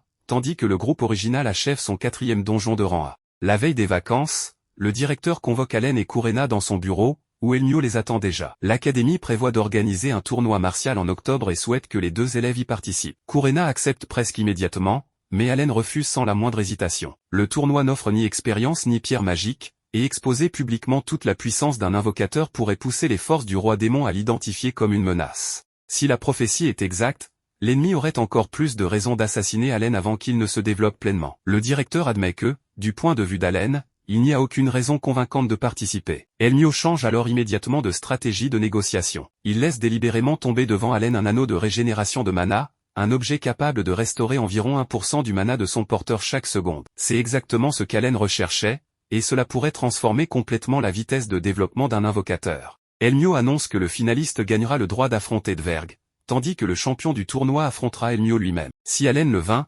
l'anneau deviendra sa propriété. Le refus catégorique d'Allen s'évanouit instantanément. Il accepte de participer et demande aussitôt si les concurrents ont le droit d'utiliser leurs propres objets. En apprenant que c'est le cas, il commence à réfléchir au nombre de fournitures de récupération qu'il peut emporter dans l'arène. Elmio lui accorde 2 mois de préparation. Les autres membres du groupe continuent d'affronter leur 5e donjon de rang A, ce qui remplira la condition d'accès à un donjon de rang S. Allen se sépare temporairement du groupe. Il dépense environ 28 000 pièces d'or, publiant des demandes à l'échelle nationale pour des pierres magiques, tout en continuant à chasser des monstres personnellement. Son stock total finit par atteindre environ 1 million de pierres magiques de rang E et D, ainsi que 100 000 pierres de rang C. Cette quantité colossale de ressources fait passer l'invocation au niveau 7, débloquant les créatures de rang B ainsi qu'une nouvelle capacité qu'Allen n'a pas encore révélée. Octobre arrive et Allen a 14 ans. Cécile annonce que le groupe a vaincu son 5e donjon de rang A. Tandis qu'Allen a de son côté vaincu seul un boss de rang A, Kurena veut immédiatement se mesurer à lui et pense déjà à Elmio. Allen lui rappelle qu'elle doit d'abord le battre en finale. Sur le terrain de l'arène, la championne de l'année précédente, la sainte de l'épée Kurena, affronte l'invocateur Allen. Kurena est niveau 60, tandis qu'Allen n'est qu'autour du niveau 55. Pourtant, Cécile remarque que son escrime s'est nettement amélioré. Tous ceux qui connaissent Allen savent qu'il n'entre jamais dans un combat important sans dissimuler plusieurs atouts décisifs. Courena demande à Allen de ne pas se retenir et ouvre le combat avec une lame de vent. Allen évite l'attaque, mais elle referme immédiatement la distance, invoque la rupture de limite, et le force sur la défensive avec une série de frappes acharnées. Alors que leurs épées s'entrechoquent, Allen se souvient des innombrables fois où ils se sont entraînés ensemble étant enfants. Courena n'a jamais considéré la défaite comme une raison d'abandonner. Depuis l'âge de 8 ans, aucun des deux n'a jamais vraiment déterminé lequel était le plus fort. Courena rassemble toute sa puissance dans une amplification explosive. Une mer de flammes engloutit la position d'Allen avec une force telle que le public croit qu'elle pourrait détruire un monstre de rang A. Courena elle aussi pense que le combat est terminé et baisse sa garde avant même que l'arbitre n'annonce le résultat. À cet instant précis, Allen apparaît à côté d'elle, la pointe de son épée posée contre sa gorge. L'attaque de Courena l'a bel et bien touchée. Pourtant, par une méthode inconnue, Allen reste capable de combattre. Personne ne l'a vu invoquer une créature, et les images enregistrées ne révèlent pas quelle compétence ou quel objet lui a permis de survivre. La seule certitude, c'est que Courena a conclu le combat trop tôt. Allen profite de cette unique ouverture pour contre-attaquer et devenir champion du tournoi. Lorsqu'on l'interroge sur son secret, il se contente de dire qu'il a passé les 2 derniers mois à développer ses forces personnelles, et refuse d'en dire davantage. En quittant l'arène, Courena n'est pas en colère d'avoir perdu. Cependant, en pensant au prochain match, sa peur de rester bloqué au niveau 60 revient. Dverg est resté au même niveau que l'année précédente, tandis qu'Allen a progressé suffisamment pour la battre. Le sentiment d'être laissé pour compte pousse Courena à baisser la tête. Allen ne nie pas que la barrière existe. Il lui rappelle simplement qu'il a promis de trouver un moyen de dépasser la limite de niveau. Pour l'instant, elle doit se concentrer sur l'adversaire qui se tient devant elle. Ces encouragements redonnent à Courena sa détermination. Elle respire profondément et entre dans le match retour qu'elle attend depuis un an entier. Dverg reconnaît que Courena s'est grandement amélioré, mais il a lui aussi passé l'année à chasser des monstres et à affronter des ennemis extrêmement puissants.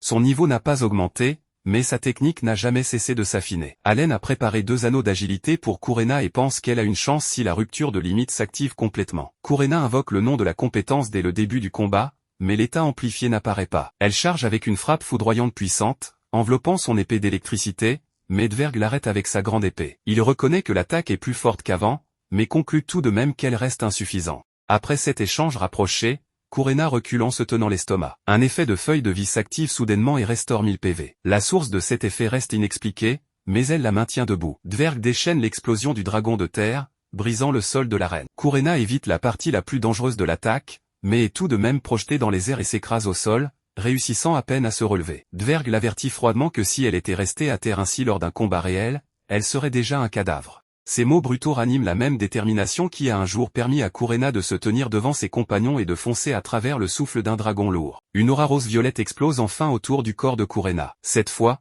la rupture de limite s'active véritablement. De nombreuses statistiques augmentent de plusieurs milliers de points. Les 2 anneaux poussent son agilité encore plus haut, tandis que l'effet de soin l'empêche de s'effondrer sous la pression de la puissance qui consume son corps. Elmio utilise sa capacité d'observation et confirme que ses attributs ont augmenté de façon spectaculaire, tandis que ses PV continuent de se régénérer. Dverg comprend lui aussi qu'il s'agit là du véritable potentiel de la jeune sainte de l'épée. Courena charge avec une vitesse totalement différente d'avant. La grande épée de Dverg ne peut plus sceller toutes les lignes d'attaque. Elle perce à plusieurs reprises sa défense, le repousse, et finit par mettre la sainte de l'épée à terre. Les spectateurs explosent, persuadés que Courena a enfin surmonté le mur qu'il avait arrêté l'année précédente. Mais avant que la poussière ne retombe, Dverg se relève. Il évoque quelqu'un qu'il désire ardemment retrouver, et déclare qu'il doit continuer à gagner jusqu'à ce jour. Une aura bleue entoure son corps. Allen comprend immédiatement que Courena a forcé Dverg à activer sa compétence spéciale. Le saint de l'épée lève sa grande épée au-dessus de sa tête, rassemblant toute sa puissance dans un colossal brise-armure. Courena se tient directement sous la lame descendante, sans reculer d'un seul pas. L'épisode se termine à l'instant précis où leurs attaques s'apprêtent à se percuter,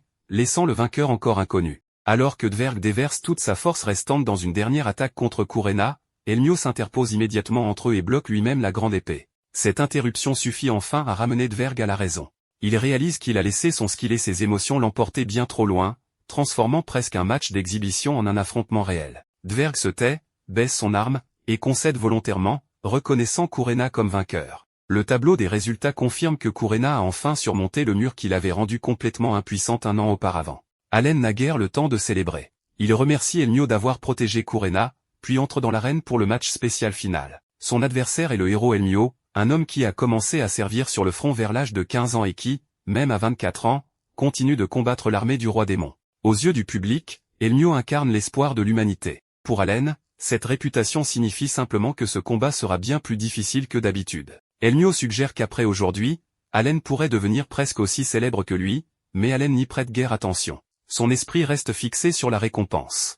Les 2 mois qu'il a passés à se préparer à acheter des pierres magiques et faire monter son invocation au niveau 7 ne seront pas gaspillés. Le combat s'ouvre sur un échange rapproché extrêmement rapide. Elmio referme la distance presque instantanément. Allen parvient à se défendre, mais après seulement quelques échanges, il comprend que même sans activer le moindre skill de combat, la puissance physique brute du héros suffit à créer une pression écrasante. Le public suppose qu'Elmio se retient. Allen sait qu'encaisser ne serait-ce qu'un seul coup net pourrait le mettre en grave difficulté. Il commence à analyser son adversaire. Leur vitesse n'est pas radicalement différente, mais Elmio possède une force brute et un équipement bien supérieur, ce qui fait d'un duel à l'épée directe un mauvais choix. Elmio utilise Appraisal et découvre quelque chose de déroutant. Les chiffres affichés devant lui n'expliquent pas comment Allen parvient à tenir aussi longtemps.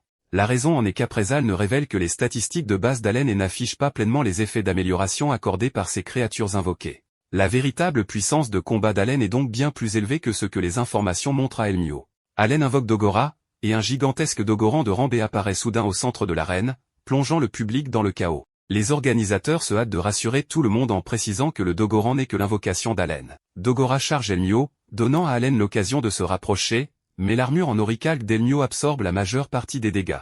Allen ordonne à Dogora d'activer l'éveil. Elmio échappe à la zone dangereuse grâce au vol, puis lance récupération, permettant à Allen de confirmer 2 autres capacités dans l'arsenal du héros. Elmio suppose qu'en maintenant ses distances dans les airs, Dogora ne pourra plus le suivre. Pour Allen, cependant, le héros s'est simplement placé exactement là où il le voulait. Il déploie aussitôt de nombreux cabéons autour d'Elmio et les fait exploser simultanément.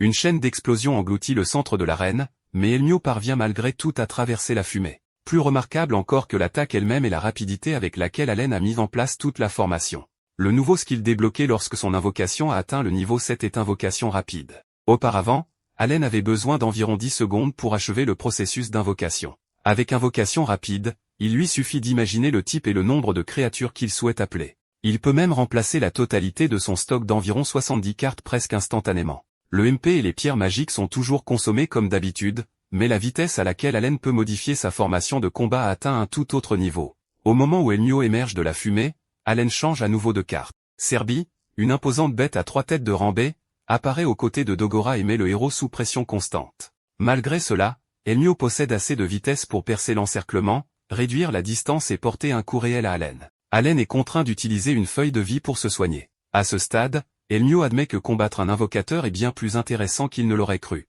En même temps, il avertit Allen de se rendre avant de subir une blessure plus grave. Plutôt que de répondre verbalement, Allen continue d'observer. Elmio active enfin son prochain skill offensif, épée phénix. Des flammes enveloppent sa lame avant d'exploser en une vague d'énergie massive. Ni Serbi ni Dogora ne peuvent stopper directement son avancée, si bien qu'Allen utilise immédiatement invocation rapide pour appeler Mirror sur la trajectoire de l'attaque. Épée phénix percute de plein fouet l'immense bouclier. Des fissures se répandent à sa surface, mais l'attaque ne parvient pas à détruire Mirror en un seul coup. C'est tout ce dont Allen a besoin. Il active Reflet, un skill qui augmente considérablement la résistance de Mirror et renvoie les dégâts physiques à l'attaquant, à condition que Mirror survive au coup initial. Épée Phénix n'est pas assez puissante pour l'éliminer immédiatement, si bien que la propre force d'Elmio lui est renvoyée. Le héros est projeté au sol dans l'arène endommagée, et pour la première fois, l'élan penche clairement du côté d'Allen. Il n'a pas besoin de surpasser Elmio sur chaque statistique. S'il invoque la bonne créature au bon moment, même la force écrasante du héros peut être retournée contre lui. L'attaque réfléchie ramène Elmio à ses souvenirs de sa longue guerre contre le roi démon. Il a presque atteint les limites de sa progression et possède l'un des meilleurs équipements disponibles, pourtant la guerre ne s'est jamais terminée. Ses compagnons ont disparu les uns après les autres, tandis qu'Elmio était contraint de retourner au front parce qu'il était le héros, le symbole de l'espoir que l'humanité ne pouvait se permettre de laisser tomber. Dans ce souvenir, quelqu'un qui appelait autrefois Elmio, mon fils, lui a offert un anneau régénérant le MP et lui a ordonné de toujours le garder sur lui. Cet anneau prendrait toute son importance lorsqu'il rencontrerait enfin la bonne personne, quelqu'un capable de raviver l'espoir en lui. De retour au présent, Elmio décide de faire monter le combat d'un cran et de montrer à Allen le véritable écart qui les sépare. Une lumière dorée jaillit autour du héros. Allen comprend immédiatement qu'Elmio prépare un skill spécial, et le plus gros problème, c'est qu'il n'a aucune contre-mesure précise prête. Il n'a plus le temps d'analyser. Allen invoque couche après couche de mirror pour former un mur de bouclier. Elmio déchaîne épée sacrée, l'attaque la plus puissante qu'il puisse actuellement utiliser. Le torrent de lumière transperce directement la ligne défensive, brisant plusieurs mirrors et projetant Allen jusqu'au bord de l'arène. Reflet avait suffi à contrer épée Phénix, mais cette fois, la formation défensive ne survit même pas au premier impact. Allen refuse malgré tout de s'arrêter. Il utilise une potion de soin elfique et se relève. Elmio lui dit qu'il doit comprendre ses limites, mais Allen estime que se rendre reviendrait à fermer lui-même la porte de la victoire. Elmio lui demande ce qu'il ferait si rien d'autre que le désespoir ne l'attendait derrière cette porte. Cette question fait comprendre à Allen, plus clairement encore, le fardeau que le héros porte depuis des années. Allen répond que si un véritable désespoir l'attend après avoir surpassé Elmio, alors ce désespoir deviendra simplement le prochain défi qu'il devra trouver le moyen de surmonter. Elmio demande alors ce qu'Allen est exactement. Se rappelant que même le roi démon s'était donné un titre absurdement grandiose, Allen en invente un sur le champ, Allen, l'invocateur de la Genèse. Ce titre, inventé quelques secondes plus tôt à peine, fait se figer Elmio. Il retire l'anneau régénérant le MP et le temps à Allen, expliquant que le Seigneur des Esprits lui avait un jour demandé de le transmettre à l'invocateur de la Genèse. Allen réalise que ce titre ridicule qu'il vient tout juste d'inventer correspond, mot pour mot, à une prophétie, presque comme s'il avait accidentellement trouvé le bon mot de passe secret. Après s'être assuré qu'Elmio n'a pas absolument besoin de garder l'anneau, Allen l'accepte immédiatement. Elmio lui demande s'il souhaite poursuivre le combat. Dès que l'anneau est en sécurité dans sa main, Allen annonce calmement sa reddition. Toute la raison pour laquelle il avait participé au tournoi était d'obtenir cet équipement. Maintenant qu'il a ce qu'il était venu chercher, continuer un combat d'exhibition ne ferait que gaspiller davantage de pierres magiques, de MP et d'objets de soins. L'arbitre déclare donc officiellement Elmio vainqueur. Allen n'a jamais vaincu le héros, mais il ne ressent aucun regret. La récompense qu'il désirait le plus est déjà entre ses mains. Le reste des no-life gamers ne peut que pousser un soupir de soulagement collectif en voyant leur chef revenir sain et sauf. Une semaine plus tard, la cérémonie de remise des prix se tient dans un grand hôtel. Le prince héritier Invel y assiste en personne, félicitant les étudiants pour leur performance et leur rappelant de continuer à s'entraîner afin d'être prêts chaque fois que le royaume aura besoin d'eux. Son attitude devient nettement moins détendue lorsqu'il en arrive à Allen. Invel évoque le fait que le vicomte Granvel a dissimulé un talent extraordinaire pendant de nombreuses années. Allen répond calmement qu'il fut autrefois un serf et qu'il doit à la famille Granvel bien plus qu'il ne pourrait facilement rembourser. Les protéger de toute menace est donc de sa responsabilité.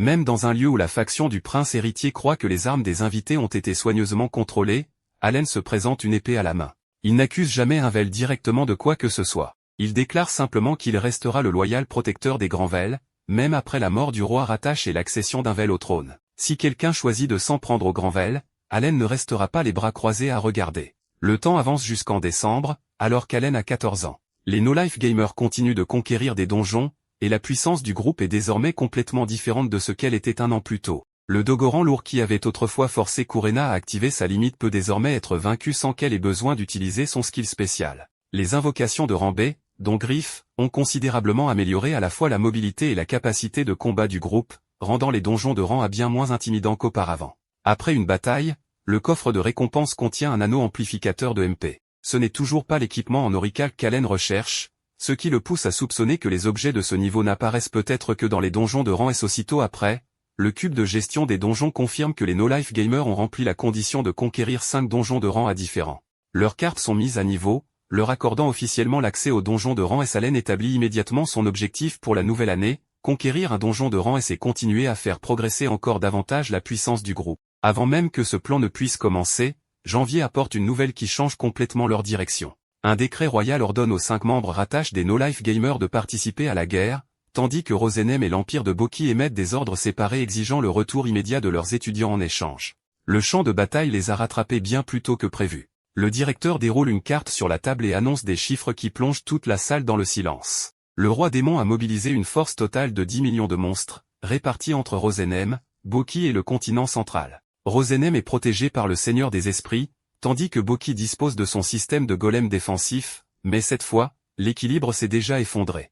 Rosenem ne compte plus qu'environ 1,6 million de soldats et manque également de nombreux guérisseurs, précédemment envoyés ailleurs. Un mois plus tôt, 3 millions de soldats de l'armée du roi démon ont envahi Rosenem. Plus de la moitié du territoire elfique est déjà occupé. Sophialon demande immédiatement des nouvelles de sa mère, mais la réponse est pire encore que ce qu'elle redoutait. La capitale, Fortonia, est tombée il y a 3 jours, et l'endroit où se trouve actuellement la reine ne peut être confirmé. Les survivants se rassemblent dans le sud et se préparent à ce qui pourrait devenir leur bataille finale. Allen demande pourquoi l'attaque a pu se poursuivre pendant un mois entier avant que l'Académie ne reçoive la nouvelle. Le directeur admet que l'attitude isolationniste des dirigeants elfes a considérablement aggravé le désastre. Ils ont refusé de laisser d'autres races entrer sur leur territoire, retardant les demandes d'aide extérieure jusqu'à ce qu'il soit presque trop tard. Alors que Rosenem continue de perdre du terrain chaque jour, 2 millions de monstres sont positionnés devant les frontières du continent central, et 1 million supplémentaires approchent de Boki. Les guérisseurs elfes stationnés sur le continent central viennent également de recevoir l'ordre de retourner à Rosenem.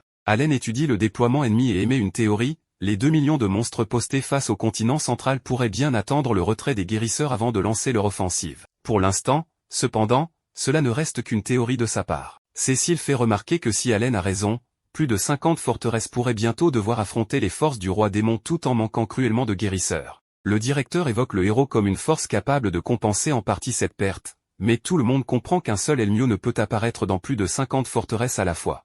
Allen revérifie les chiffres et remarque qu'il manque encore 4 millions de monstres au total initial. Ce n'est qu'alors que le directeur révèle que cette force a été repérée au large du continent central et qu'elle est actuellement considérée comme une armée de réserve. L'ensemble du champ de bataille devient enfin visible, 3 millions attaquant Rosenem, 2 millions maintenant la pression sur le continent central, 1 million menaçant Boki, et encore 4 millions en attente d'être engagés là où le besoin s'en fera sentir. Ce n'est pas un raid isolé. C'est une campagne suffisamment vaste pour forcer plusieurs nations à se défendre simultanément. Des avis divergents surgissent aussitôt dans la salle. Certains estiment qu'il faut donner la priorité à la zone la plus proche, car Ratash elle-même pourrait devenir la prochaine cible. Tout le monde a des familles et des civils qu'il veut protéger. Cette fois, choisir le mauvais champ de bataille pourrait entraîner la disparition d'un pays entier avant qu'il n'ait la moindre chance de corriger leur erreur. Kurena se tourne vers Allen et lui demande ce que le groupe devrait faire. Allen étudie la carte un instant avant de s'avancer vers le directeur. Sans longue explication, il déclare qu'il ne voit qu'un seul choix. Les No-Life Gamers partiront ensemble sauver Rosenem. Allen commence par exposer l'état actuel de la guerre. 3 millions de soldats du roi démon attaquent Rosenem,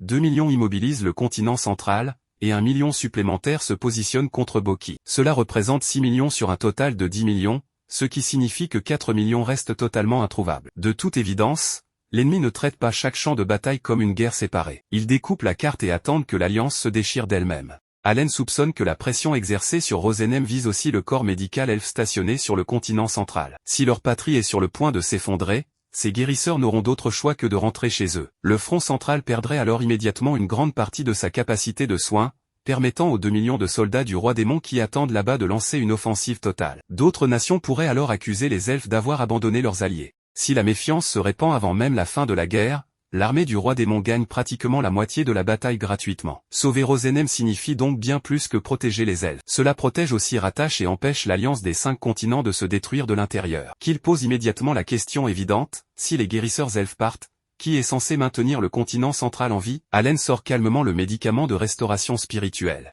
Chaque comprimé restaure environ 1000 points de vie à chaque soldat dans une zone de la taille du terrain d'entraînement de l'académie, couvrant ainsi plus de 2500 personnes à la fois. Et Allen en possède actuellement environ 600 000. Tout le monde se tait. Le directeur demande immédiatement si ce médicament est encore une capacité de invocateur. Allen répond avec l'équivalent magique d'une entreprise refusant de dévoiler sa technologie de pointe, prétendant qu'il s'agit d'une nouvelle invention de Rosenem. Sophie comprend le plan presque instantanément. Le médicament sera présenté publiquement comme une aide fournie par Rosenem au continent central. Cela permet au corps médical elfe de rentrer sauver son peuple sans donner l'impression d'abandonner l'alliance. Allen prévient tout de même que le plan ne semble parfait que sur le papier. Une fois arrivés à Rosenem, si la réalité diffère de leurs hypothèses, ils changeront le plan immédiatement. Avec le roi démon répartissant ses forces avec autant de soin, chaque mouvement à venir peut basculer sans prévenir. Les No-Life Gamers n'apportent pas un scénario qu'ils doivent suivre aveuglément. Ils apportent suffisamment de ressources pour changer de tactique dès que l'ennemi révèle une nouvelle carte. Meruru reçoit 10 000 comprimés de soins pour elle-même,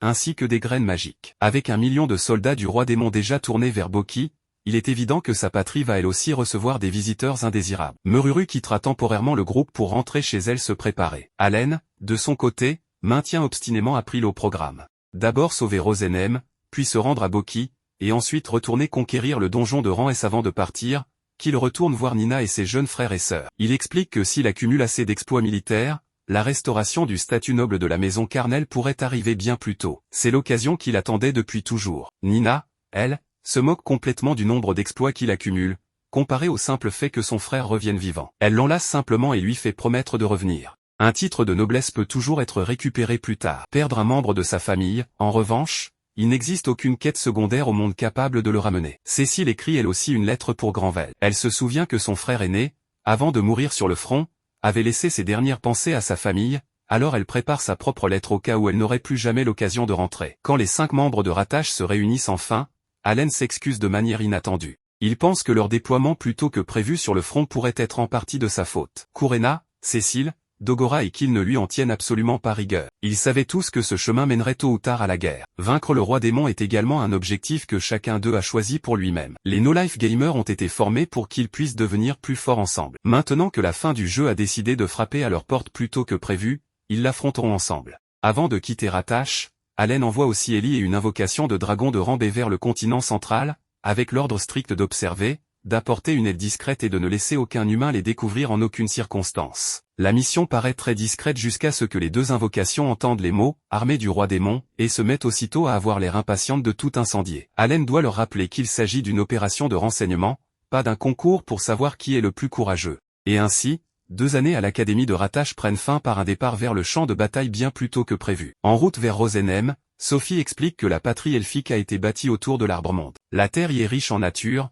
mais les elfes eux-mêmes restent assez fermés envers les autres races. Comme la majorité du groupe d'Allen est humaine, il serait plus prudent de dissimuler un peu leurs apparences. Leur première destination est Nest, une ville portuaire abritant actuellement un nombre considérable de réfugiés venus du nord. 4 jours plus tard, Nest apparaît à l'horizon. La ville n'est pas tombée, mais la guerre l'a déjà étranglée. Les rues sont remplies de réfugiés, des soldats blessés gisent partout, et près d'1 million de déplacés s'y sont déjà entassés. Chaque guérisseur disponible travaille à plein régime sans jamais réussir à suivre le rythme. Un seul regard suffit à Kurena pour vouloir qu'Allen ouvre immédiatement l'entrepôt de médicaments. Le groupe se sépare en deux. Kill et les autres restent pour aider, tandis qu'Allen se rend avec Sophie et Volmar rencontrer le Conseil des Anciens. Dès que Sophie entre, elle demande où se trouve sa mère et reçoit la pire réponse possible. La reine se trouve toujours dans la ville de première ligne, Tiama. On lui a répété maintes fois de battre en retraite, et elle a refusé à chaque fois. Toute communication est désormais coupée, et les estimations actuelles suggèrent que Tiama pourrait tomber dès demain. La pièce réagit au mot « demain », comme si l'annonce funéraire avait déjà été rédigée. Allen se concentre exactement sur le même mot,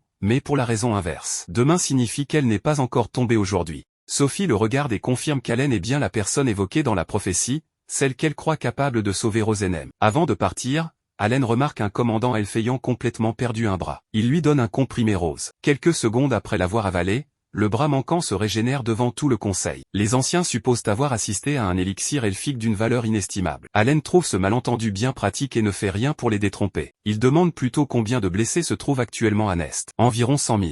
Allen remet immédiatement 1000 comprimés. Ce n'est qu'à ce moment-là que les elfes réalisent que le jeune homme devant eux n'est pas arrivé avec une simple trousse médicale. Il a apporté un hôpital entier. Le problème suivant est la distance. Même avec la calèche la plus rapide, voyager de Nest à Tiama prend près d'1 mois. Tiama n'a peut-être pas un jour devant elle. La plupart des gens entendraient cela et concluraient qu'il n'y a plus assez de temps. Allen, lui, voit cela comme un simple problème de transport. Il laisse Ellie et une invocation d'oiseau à Nest pour servir de poste de communication. Même lorsque le groupe se trouve ailleurs, Allen peut toujours envoyer des ordres et recevoir des rapports grâce à ses invocations. Ce monde n'a peut-être pas le téléphone, mais un invocateur peut apparemment se construire son propre réseau. En quittant Nest, Sophie croise des civils dont l'espoir a presque entièrement disparu. Une femme lui raconte que des monstres ont dévoré son mari et son enfant juste devant elle. Sa maison a disparu. Il ne lui reste ni nourriture ni armes. Sophie ne fait aucune promesse creuse selon laquelle tout ira miraculeusement bien. Elle leur dit simplement qu'elle est revenue et qu'elle n'abandonnera ni Rosenheim ni son peuple. À cet instant, Allen invoque Griff. Sophie déclare devant les réfugiés que la princesse de Rosenheim est revenue sauver sa patrie. Des visages qui avaient fixé le sol toute la journée commencent enfin à se relever. Griff active sa capacité de vol à haute vitesse et fend la nuit. Un trajet qui prendrait près d'1 mois en calèche se réduit à seulement quelques heures. Quand les incendies de Tiama apparaissent enfin au loin, Allen invoque Halo et utilise Nuit Blanche pour observer le champ de bataille depuis les airs. Les forces du roi démon encerclent entièrement la ville. De larges sections ont été lourdement endommagées, mais la ligne de défense n'a pas cédé. L'ennemi se repose actuellement. Plus important encore, Tiama est toujours vivante. L'arrivée de Griff pousse d'abord les soldats elfes à les prendre pour des monstres attaquants, mais ils reconnaissent rapidement Sophie. La princesse est conduite à l'endroit où la reine dirige la défense. Après des jours sans communication, mère et fille se retrouvent enfin. Malheureusement, l'armée du roi démon à l'extérieur des murs n'a nullement l'intention d'accorder à la famille le temps d'une retrouvaille émouvante. Sophie présente rapidement Allen et les no-life gamers. La reine affirme clairement qu'elle n'abandonnera pas Tiama. Environ 700 000 civils restent piégés à l'intérieur de la ville. Si leur souveraine part maintenant, ceux qui resteraient pourraient tout aussi bien voir leur arrêt de mort signé. Allen demande combien de soldats restent disponibles. Tiama compte actuellement environ 140 000 soldats blessés et seulement 60 000 en état de combattre. Rosenheim ne manque pas vraiment de soldats. Plus de la moitié de sa barre de vie militaire est simplement tombée à zéro. C'est exactement le genre de problème qu'Allen peut résoudre. Il sort 1 millier de comprimés supplémentaires et ordonne leur distribution immédiate. Devant les elfes, il baptise le médicament bénédiction du ciel azur. Plus vite ses soldats blessés se rétablissent, plus Tiamat retrouve de défenseurs. Mais 140 000 personnes ne peuvent pas toutes se relever en quelques minutes. Alors, pendant que le médicament fait son œuvre, les no-life gamers sortiront frapper à la porte de l'armée du roi démon en premier. Leur objectif est simple, frapper l'ennemi assez fort pour gagner du temps. Volmar reste sur place pour aider aux soins, pendant qu'Ellie gère les communications. Allen conduit les autres hors de la ville par les airs. Les reconnaissances signalent environ 300 000 soldats du roi démon encerclant Tiamat, dont près de 130 000 concentrés dans le camp principal au nord. Vu du ciel, les monstres couvrent le sol comme des élèves envahissant une cour d'école le jour de la rentrée. Allen vérifie leurs ressources restantes. Même après tout ce qui a déjà été distribué, le groupe conserve environ 2000 bénédictions du ciel azur en réserve d'urgence. Mais l'armée en contrebas n'est pas une simple collection de monstres sans nom. 3 millions de soldats du roi démon ont envahi Rosenem. On estime que 3 millions d'elfes sont déjà morts, dont beaucoup dévorés par des monstres en tentant de fuir. Cela dépasse largement une guerre territoriale. L'ennemi cherche activement à effacer tout un peuple de la carte. Allen déploie ses invocations sur le champ de bataille pendant que les autres préparent leur bœuf. Kill et Sophie activent leurs capacités protectrices. Drago plonge vers le camp et souffle du feu à travers les rangs ennemis, tandis que Kérorin se spécialise dans la traque des monstres de rang A. Le camp du Nord venait à peine de s'installer pour se reposer après une journée entière d'attaques contre Tiamat, et se retrouve soudain plongé dans une garde de nuit imprévue. Puis Cécile commence à rassembler sa puissance pour sa compétence X, mini-météore. Un météore gigantesque déchire le ciel et s'écrase directement au centre du camp. L'explosion engloutit toute la zone, anéantissant près de 10 000 monstres en une seule attaque. Même Allen doit admettre que les compétences X opèrent à une échelle totalement différente de la magie normale. Le seul inconvénient est que Cécile ne peut l'utiliser qu'une fois par jour. Si elle pouvait la lancer à volonté,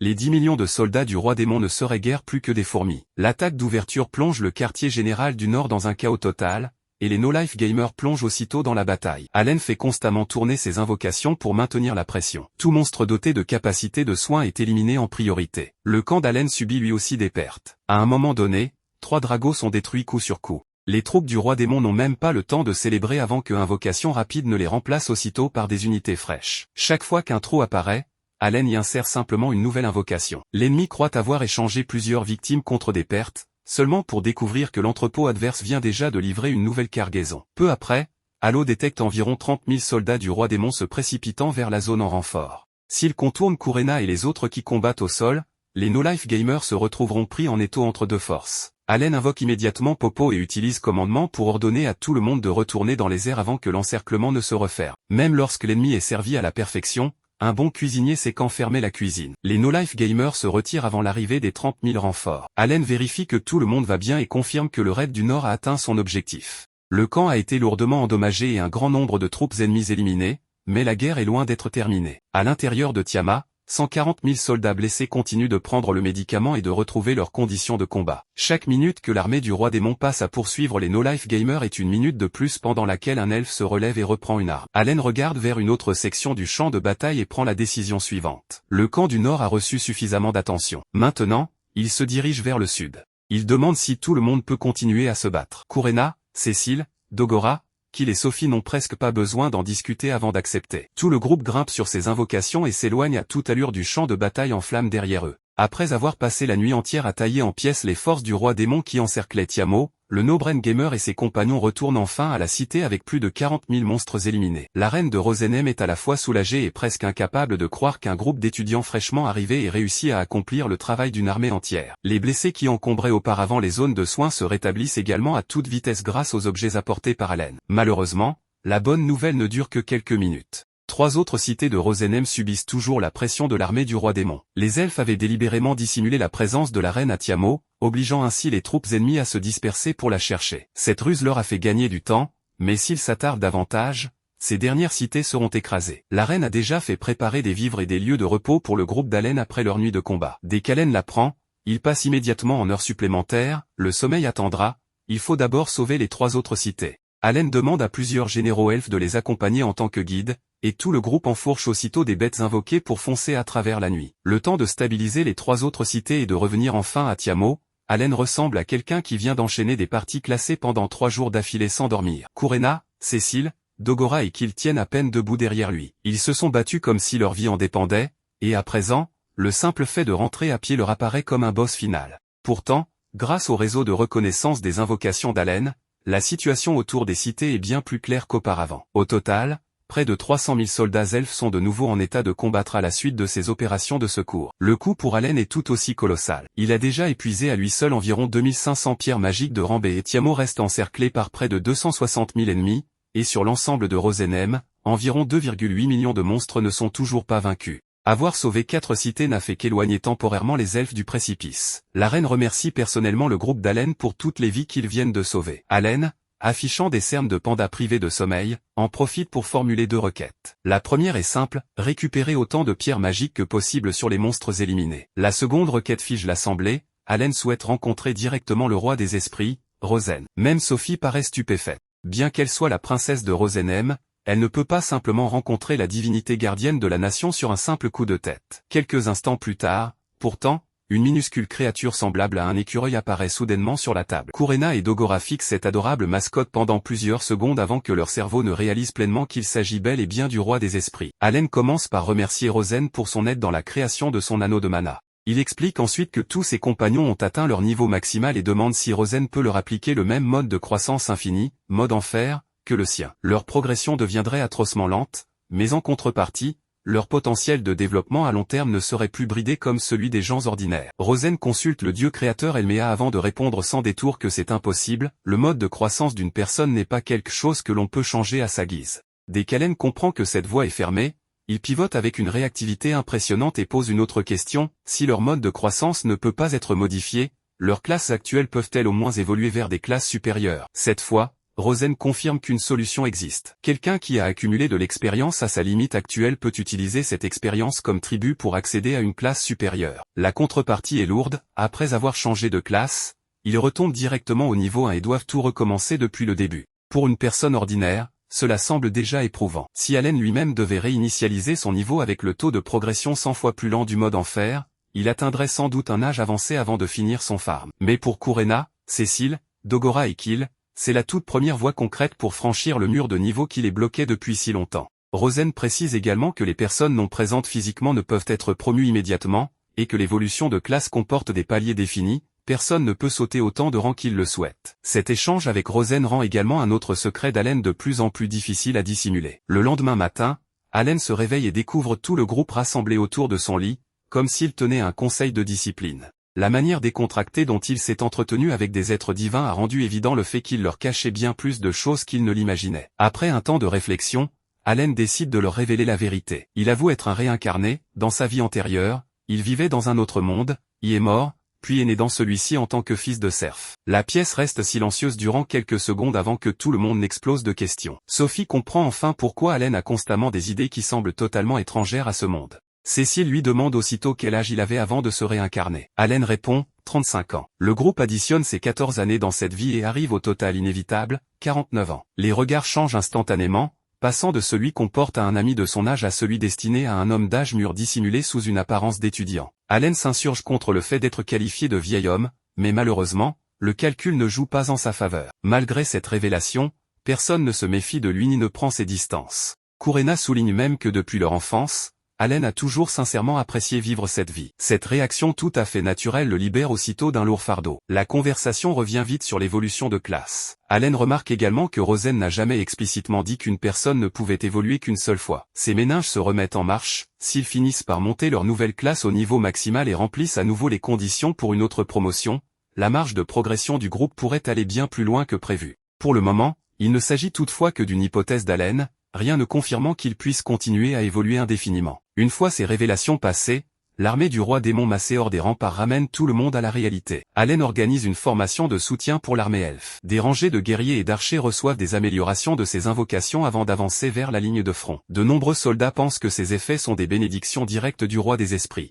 Allen n'a pas le temps de les détromper, tant que les améliorations touchent les bonnes personnes. Ce malentendu n'a pas d'importance pour l'instant. Il invoque ensuite une créature insecte de Rambé nommée Haripon. Elle ressemble à une simple fourmi à l'abdomen rayé de violet, mais ses capacités sortent de l'ordinaire. Chaque Haripon peut utiliser, pondre des œufs, pour créer une centaine de fourmis plus petites. Leurs statistiques individuelles sont inférieures à l'original, mais le nombre compense largement. En utilisant à répétition ces emplacements d'invocation, Allen génère une armée d'environ 3000 fourmis. Il ne les envoie pas chargées aveuglément, une seule compétence spéciale de zone puissante pourrait anéantir les 3000 en quelques secondes. Leur rôle consiste à maintenir la formation, Réduire la distance et pulvériser de l'acide de fourmi sur les plus gros monstres. L'acide diminue la résistance des ciblés, une fois leurs défenses affaiblies, les archers elfes et les autres invocations d'Alen concentrent leurs tirs. L'effet est presque immédiat. Des monstres qui résistaient auparavant à des volées entières de flèches voient désormais leur défense céder bien plus vite.Alen chevauche une invocation volante au-dessus du champ de bataille, observant en continu l'ensemble du front. Ses réserves de pierres magiques de Rambé ont été presque totalement vidées par les récentes missions de sauvetage. Kurena intercepte les monstres puissants qui tentent de percer les lignes, Dogora tient le flanc opposé, et Cécile reste en retrait dans une position sécurisée, utilisant sa magie pour anéantir les zones où la formation ennemie commence à s'effondrer. Allen fait tourner sans cesse ses invocations aériennes pour colmater les brèches dès qu'elles apparaissent. Sophie lève également son bâton et invoque un grand esprit du feu. L'immense silhouette noire à la chevelure flamboyante surgit au-dessus du champ de bataille, faisant immédiatement comprendre à chaque elfe sur les remparts que sa princesse se bat à ses côtés. Le grand esprit projette une gigantesque boule de feu vers le bas, et l'explosion qui s'ensuit engloutit tout un bataillon de monstres. Pendant ce temps, l'essème d'Haripon continue de propager l'acide et d'affaiblir les défenses adverses. Après avoir consulté ses éclaireurs, Allen confirme qu'aucun monstre de rang S n'est apparu lors de cette offensive. D'après les informations dont il dispose, l'armée du roi démon ne possède rien sur le terrain d'assez puissant pour renverser le cours de la bataille à elle seule. Des sections entières de la formation ennemie commencent à s'effondrer, et les survivants finissent par faire demi-tour et battre en retraite. Même face à la déroute ennemie, Allen refuse de laisser son groupe se lancer dans une poursuite aveugle. Il vérifie d'abord l'état de chacun avant d'autoriser la ligne de poursuite à avancer. Trop s'avancer lors d'une traque et subir une contre-attaque pourrait encore transformer une victoire en désastre. Finalement, des acclamations éclatent depuis les remparts. Tiamo a survécu à l'offensive. Mais les réjouissances sont de courte durée. La scène en contrebas dévoile immédiatement des blessés et des corps éparpillés sur tout le champ de bataille. Environ 3000 guerriers elfes ne reviendront jamais de ce combat. Un soigneur utilise la compétence spéciale, goutte d'eau divine, sur un soldat qui vient tout juste de mourir. Une lueur enveloppe le corps, et des yeux déjà clos se rouvrent lentement. Le proche qui le tient dans ses bras s'effondre presque de soulagement. Cependant, cette compétence ne peut pas ressusciter tout un champ de bataille, plus la mort est ancienne, plus les chances de ramener quelqu'un diminuent. Les objets de soins d'Allen peuvent remettre les blessés sur pied, mais ceux qui ont véritablement péri représentent des pertes irréversibles. Avoir remporté cette bataille signifie que Tiamo tient toujours debout, mais cela n'efface pas le lourd tribut payé simplement parce que l'ennemi a battu en retraite. Le soir même, les commandants se réunissent pour un nouveau rapport. Les autres fronts se stabilisent également peu à peu grâce aux invocations d'Allen et aux objets de soins distribués plus tôt. Allen se remet immédiatement à régler le problème des ressources. Tiamo à elle seule a consommé près de 400 objets de soins en une seule journée.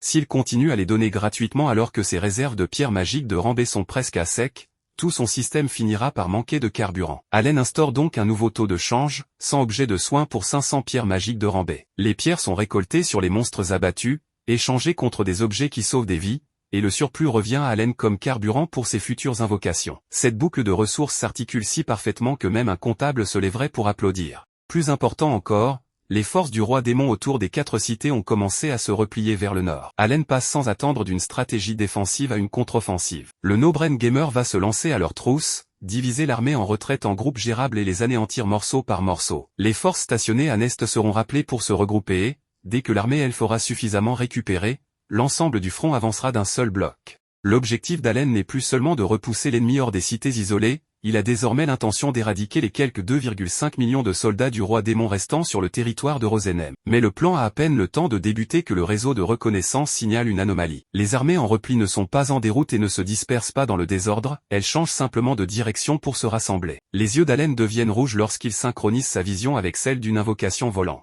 Sur la carte du champ de bataille, une armée après l'autre commence à converger vers un même point, Tiamo. Une imposante force supplémentaire venue du nord descend également vers le sud. Le total estimé s'élève à environ 1 million de monstres, et leur arrivée est prévue dans seulement 2 jours. Un froid glacial envahit aussitôt la salle de réunion. En recoupant tout ce qui s'est passé ces derniers jours, Allen en déduit que l'armée du roi démon a très probablement découvert que la reine se trouve à Tiamo. Si cette déduction est juste, le réseau de renseignement ennemi opère bien plus rapidement que ce que les elfes avaient anticipé. La stratégie de poursuite ne peut plus rester telle qu'elle. Rassembler 1 million de soldats en une seule masse leur fait perdre une partie de l'avantage qu'ils avaient en étant dispersés, mais cela crée en échange une menace bien plus dévastatrice. Si Tiamo tombe, le centre de commandement de Rosenem sera anéanti d'un seul coup. La reine et ses généraux ne parlent plus de repos ni de défendre des cités isolées, la prochaine bataille risque de devenir un véritable affrontement décisif.